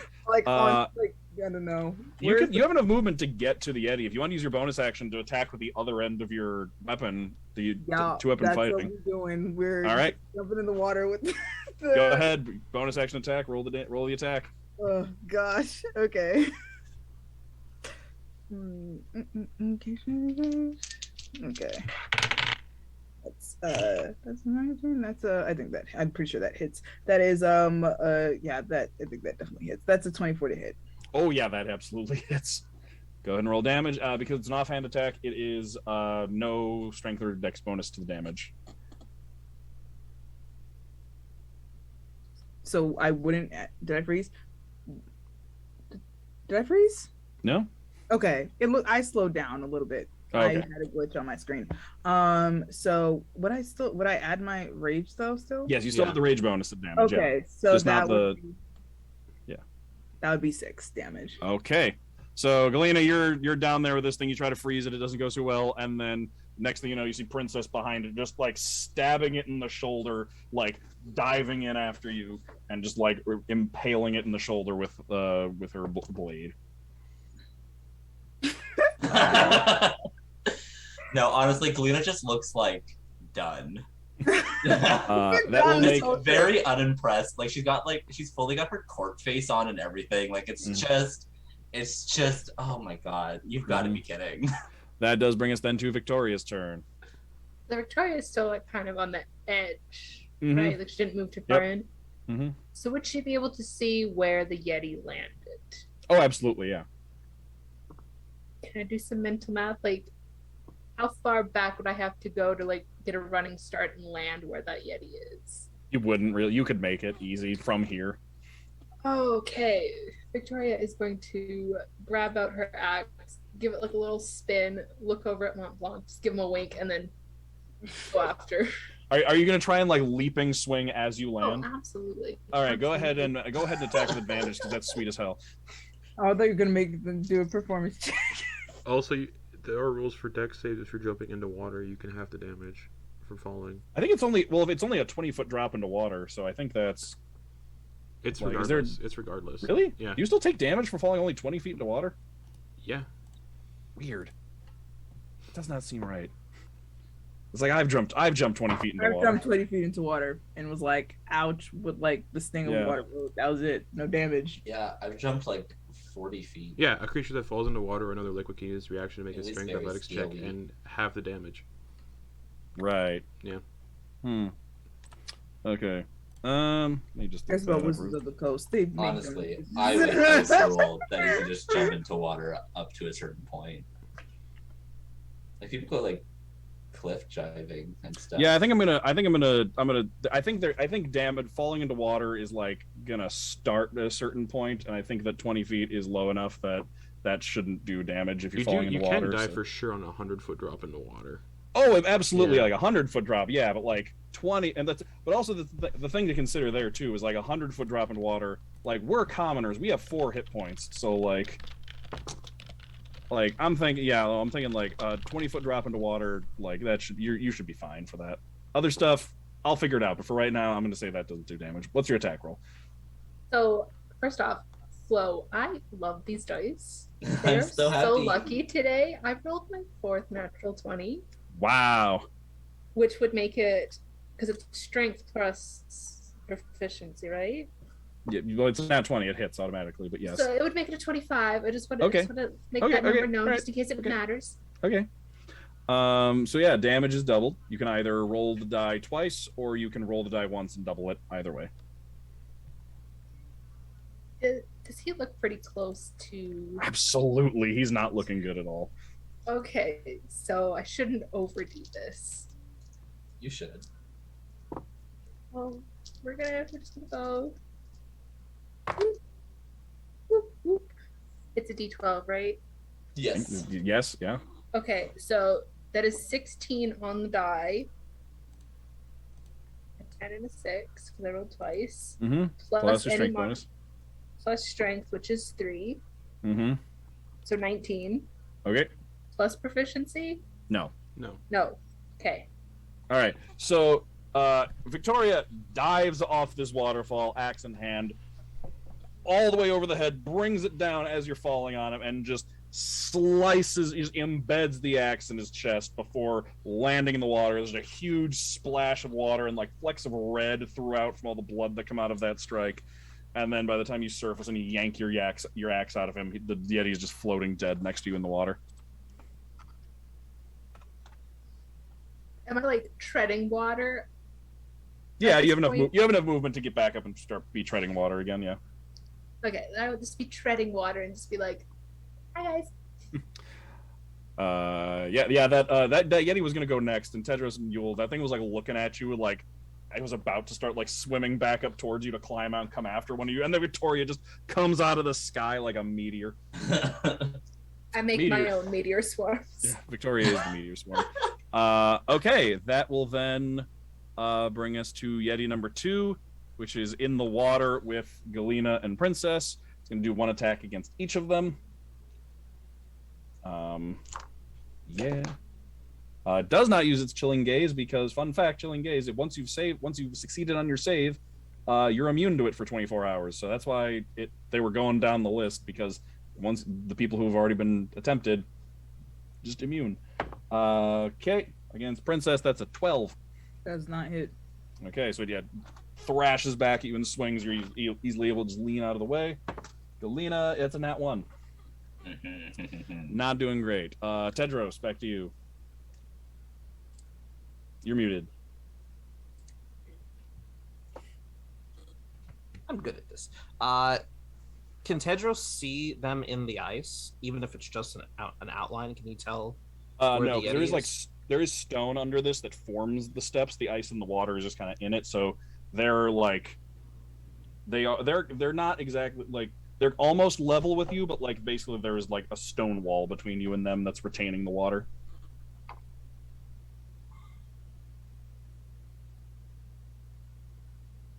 Damn. Okay.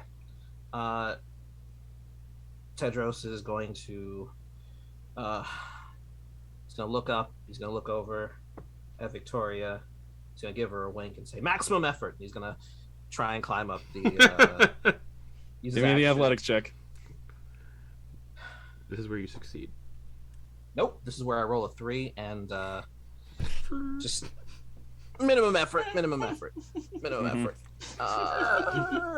Just slide back down on your stomach. Wow. Can you at least try again with his dash? Like, can you dash? Yeah, I'll let you try. You'll only be able to get halfway up, but I'll let you try that's again. fine. Yeah, That's go fine. go ahead. Yeah. Come on. That's a 10. No, not as bad, but like still no. Oh man. Yeah, without the rope. Ugh. Yeah. Yeah, I really need All that. right. I don't have a modifier. Okay, Yep, cool. yep. We're good. Yep. That'll bring us to Yule. Yule will be like, maybe I should try? Yeah, definitely. Okay. Yeah, go ahead. So what am I rolling? Athletics. Try and climb. Athletics. Okay. You're almost at the some level around you. You'll get the ability to just run up vertical surfaces. I forget when that happens though. Yeah, In a bit. not yet. Yeah, I know. Let me see. That would just be a 13. 13 is actually the number, so you do manage to movement and dash, make your way up onto the top. Okay. So that takes up all of your action and your movement to get up there, because it's slow going to climb up. But you can get up there. You're like right next to Montblanc, who's standing there with his flail covered in electricity, looking down, and you can see the shapes of Princess and Galina and the Yeti in the water in front of you. Can I like lower down a rope or something? Yeah, actually, I think Princess's rope is still there, so you could just kind of kick that over the edge. It's not tied off to anything though. Okay, like I'll hold on to it. Okay. And I feel like I could get, I mean, Tedros and Princess are close to Yule's size. Close-ish. That's true. Oh wait, so the rope is just like hanging there, like it's not attached to anything, right? Well, no, Yule's hanging onto it, so you'll picked it up and then just kind of kicked it off the edge towards Tedros. Oh, okay. Oh, I like lowered it down to you guys. Okay. I Yeah, thought you were well, trying to climb with it. I was like, To wait. Tedros, right? Yeah. Because Princess and Galina are in the water. Oh, to Tedros. Sorry. Yeah. Okay. Okay, that'll bring us back up to talk to Montblanc. 6 more levels and Yule could just run up that. It's sick. Is that what it is? Okay. Yeah, level 9. Yeah. I'm gonna run to the pool where they've broken through, leap in. Okay. I have a swimming speed, and I'm Yep. built for this. Yep. I'm gonna swing the lightning flail underwater at the Yeti. All right. Yeah. You just swim right through. You just flail, just spinning around behind you, and just bring it up into the Yeti. Roll the attack. Natural 20. And I'm a half orc, so I get. Oh, that's right. All right, let's do this. Roll that sweet crit. So, Galina and Princess, you're down there fighting this thing, and then Montblanc just like Aquamans his way over and just like brings the flail into the side of its head, savage like attacks. lightning crackling behind it. So instead of 1d8, it's 3d8. Mm-hmm. And isn't the lightning a d4? Yeah, that's a d4. So That'd be it'll be 3d4. Yep. All right. Bear with me. All right, the flail. Oh, I rolled 2 8s and a 6. So 16 plus 6 is 22 plus 7. So that's 29 damage from just the flail. And the lightning is 8. So 37 total damage, yeah. Yep. It had 27 hit points left. So how do you finish off this Yeti? I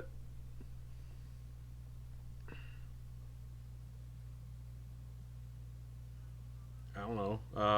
Dive in. With such hit it with such force that it releases out of the grapple, and I Aquaman spirit to the bottom of the pool if it's not that super deep. Mm-hmm. And then I don't know, cave its face in. Who knows? All right, yeah. So you just come swinging in with the flail and just bash it in the face so hard that you drive it to the bottom of the pool, and it just cracks its head against the bottom and lets go of Galina in the process. And that's it. Combat is over. Successfully defeated some Yetis. I will get out of the water. Okay.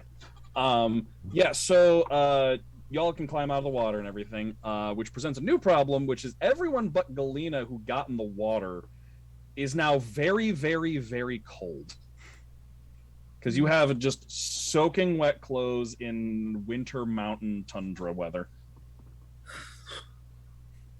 Can I use shape water to just pull all of the water out of everything? Yep. Between you and Tedros, yeah, you can dry everybody off. Yeah, you just water bend all the water off out of everyone's clothes and hair, and just splash it down onto the ground, and you can just get everybody nice and dry again. And then Tedros can just use prestidigitation like a hair dryer to just warm everybody up. Honestly, thank you so much for coming to get me, because at this point, my only plan was to see who drowned first. I was heading with nothing. Yeah, that's a terrible plan. Can I get some help up here, please? I will help you. I can help get up. All right, I'm going. Where's the rope? Does Goose have it? I'm still holding it. Yeah. I will. At this point, you have enough time. I'm not trying to see who's where in terms of a Yeti ambush, so you are able to, just to not have this be a long, drawn-out process of rolls, you're able to all climb up the falls and get to the top again without too much effort.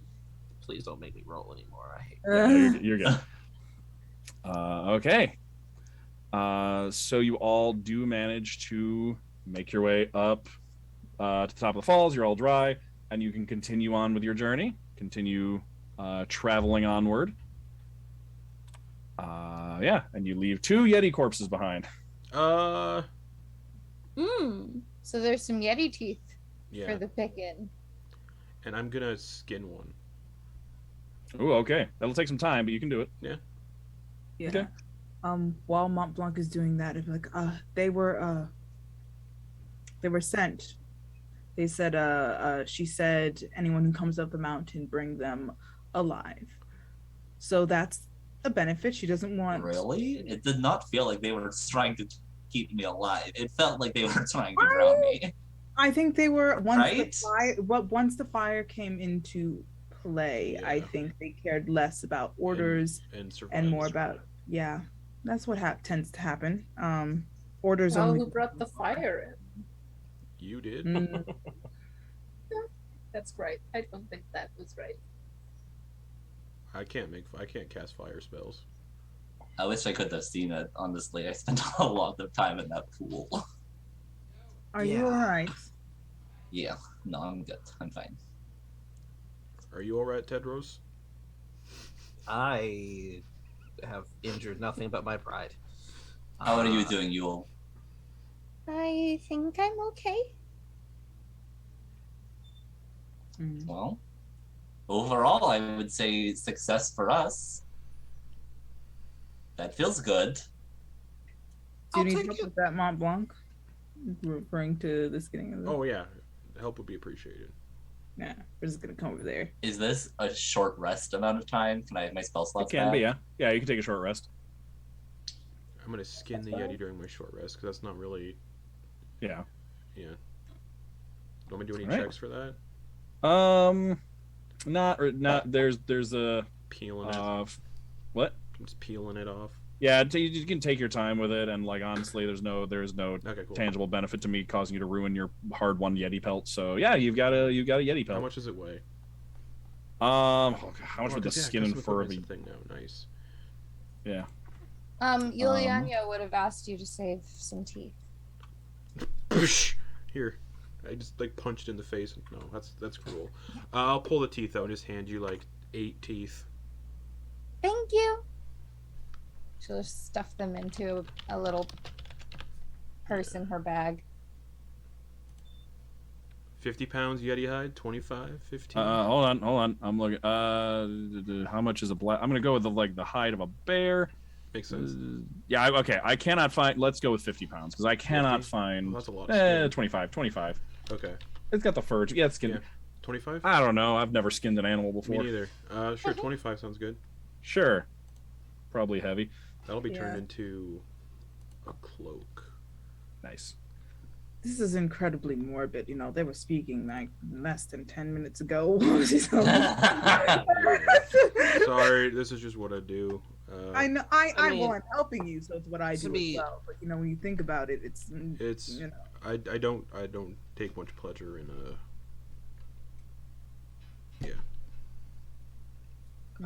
As long as we don't have to deal with more of that, I will be a fan.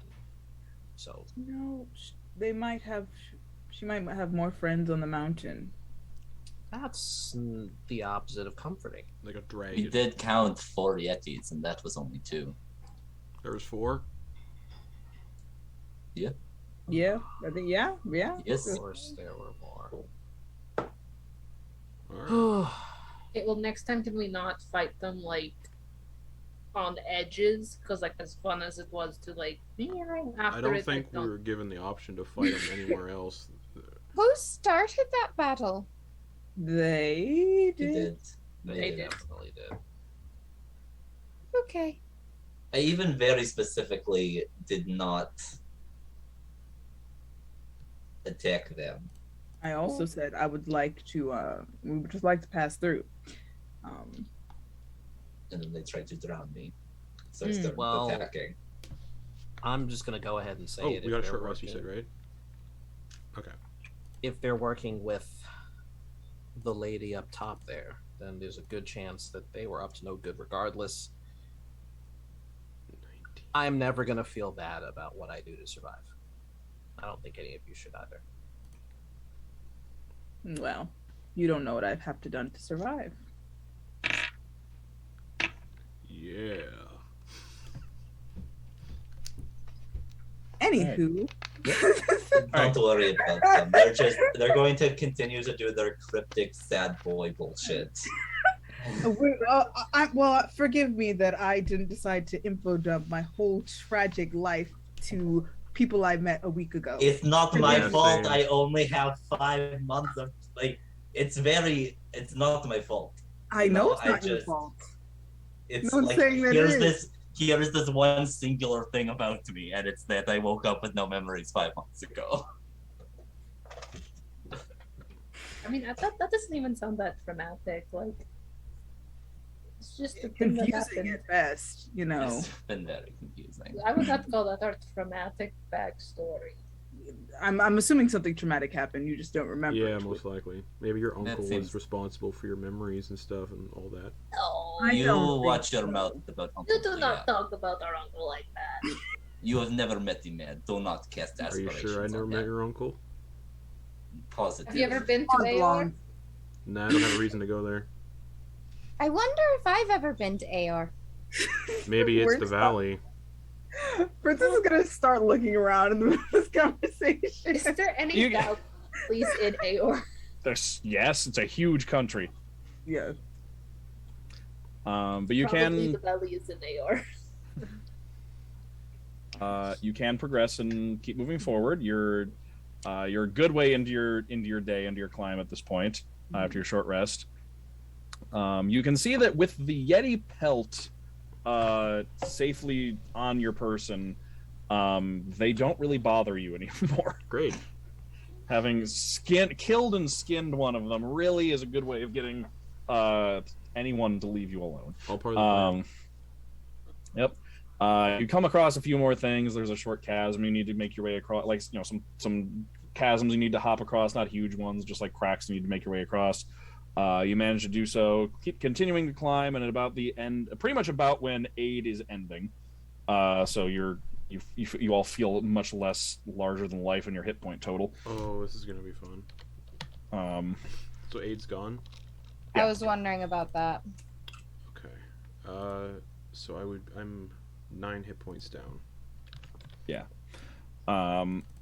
You all find that the path basically culminates in a set of huge, wide stone steps that leads up onto kind of the mountaintop area.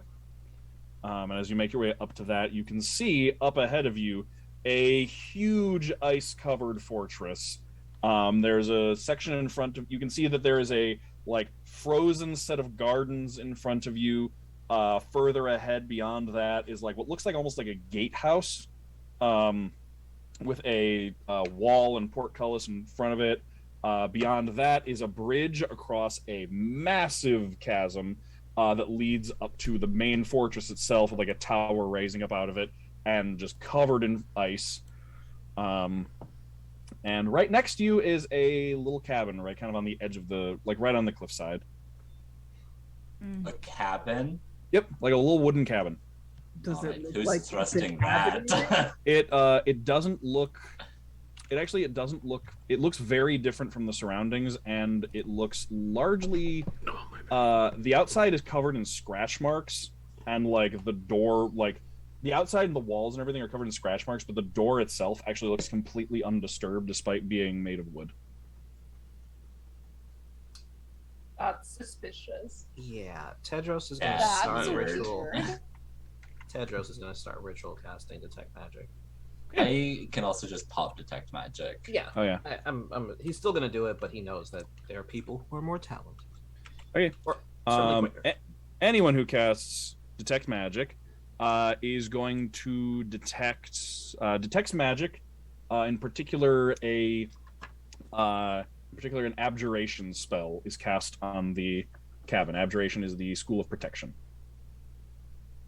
I would like to knock on the door if no one's I was about to me. do that. No, just No response. Oh, Tedros, it's an abjuration type magic. Yes, which are protective magics. There's no one Sometimes- in. But sometimes the protection takes the form of stuff happening to you. So just please be careful. She looks fine. I'm fine. Nothing happened. We don't know what I don't know what the spell does. It would take Tedros, you worry far too much, and that's Is the coming door from unlocked? We just got attacked by he's wearing the people who attacked Victoria us. looks like they're opening the door. Yeah, but he's wearing them, so we're good, right? Victoria, do you open the door? While they're Okay. arguing. Princess follows in. Yeah, I'm gonna be right beside Victoria. Okay. You see what looks like a fairly nice, cozy cabin, dusty on the inside. Looks like it hasn't been touched in a while. You can see markings, like runes around the walls and everything, which would indicate something similar to the magic circle spell, preventing entry from things like elementals, fae, fiends, undead, that kind of thing. And you can actually see against the far wall, you can actually see the just kind of cobweb covered skeleton of someone in just armor that has just rusted at this point just from age, and holding a sword, just leaning up against a wall. And it looks like this person died in this cabin, and based on the outside, it looks like things were trying to get in, but the spell that is still in effect was keeping them out. Now, given what I know about Victoria's background and previous life, Is there any problems entering this cabin? No. Okay, cool. It's not. It's one or more of the types, and whatever. None of you have any issues getting into this cabin. Princess go up to the skeleton and be like, "How long has this been in here?" Like, try to. Oh, it's been a long ass time. That thing has been. Was not a skeleton before, and the armor has like rusted through in a few places. So like, we're talking like decades at least. I'm gonna look for any trap doors. Okay. You can go ahead and look around. Give me an investigation check. Okay. Oh, give me an investigation check with advantage. Yes. 19. Okay. You don't find any trapdoors. Cool. You're pretty confident this cabin is looking around. This place actually looks like it was built kind of after the fact, like with probably almost around the time this person died. Like you get the you kind of get the sense from looking around and the clues you find. This person built this cabin to act as a like a safe haven while this individual alone attempted to assault the fortress. Okay. You also find though a crate with some bottles in it, and you do find within that it's kind of like a little milk crate almost, with 6 common just regular level potions of healing. I'm gonna give everyone a potion of healing. Okay. Everyone gets a potion of healing. You can add to your inventory. Oh, sick. See, I knew it was a great idea to come in here. It's Everyone not needs about to it being trust me. It's not about it being a good idea or a bad idea. It's about whether or not the idea is going to get you killed before you get to experience the bounties that it may possess. Have armor. I am good. Armor doesn't protect And you from at this explosions. And That does. at this particular moment, what are Galina and Viktoria doing? I think Galina's probably we're probably gonna sleep here, so she's probably just started her nighttime ritual with her cards. Okay. I love that. You're right. No discussion. We're staying. There's a protective magic spell. Why would we not sleep here? Of course, I am going to be going to bed doing my going to bed stuff. Victoria is arguing with people, being like, "This was a good idea. Trust me more." Okay. Oh boy. Tedros will take some time to look over the sword and the armor and see if there's anything that he could do between his Tinker's Kit and the mending spell. Okay. And prestidigitation stuff. Just see if there's anything he can do to clean them up to make them serviceable. Okay. While you're doing that, you all actually hear a voice from nowhere. Just kind of echo out of thin air. And you recognize the accent. The accent is familiar to all of you. As you hear a voice just out of nowhere just say, "We've been waiting long enough. Perhaps it's time to invite them over here." And as that happens, a swirling kind of purple circle appears in the air behind both Galina and Viktoria, and both of you just start feeling yourselves getting sucked back towards it. Can I activate Leviathan and just rush it at Viktoria? To try and just knock her out of the way? Yeah, literally, because it doesn't normally have that function, but I think just in that moment of terror, Galina's Leviathan protects, so she's go protect Viktoria, and just sends Leviathan out to try to intercept you from this vortex. Mm-hmm. So Victoria being Victoria, I would like to avoid that. You kind of can't. It homes in on you regardless. So it kind of does the thing where it wraps around you and is basically trying to be interfering with what's happening, which also is being interfered with by the magic circle of the cabin, and also both of your decks of cards flare into life as well, and you can see the circles both just flickering and flashing and twisting, and you can see just both of them actually appear to be gateways, and through them they were kind of cloudy and hard to see through, but then you see desert, forest, plains, middle of a city, just different landscapes all of a sudden just flickering and flashing across each of them. Victoria was pushed out of the way of hers, however Galina was not, and Tedros I want to go to mine. I want to go in mine. You turn as soon as you turn to yours, it vanishes before you can get back to it. As the circles and the cards both just disrupt this whatever that spell was and knock it out. And Galina is just sucked through to who knows where. Great. You. And that's where we're gonna end for the week. Well, we're here to stop the witch first, so. Yep.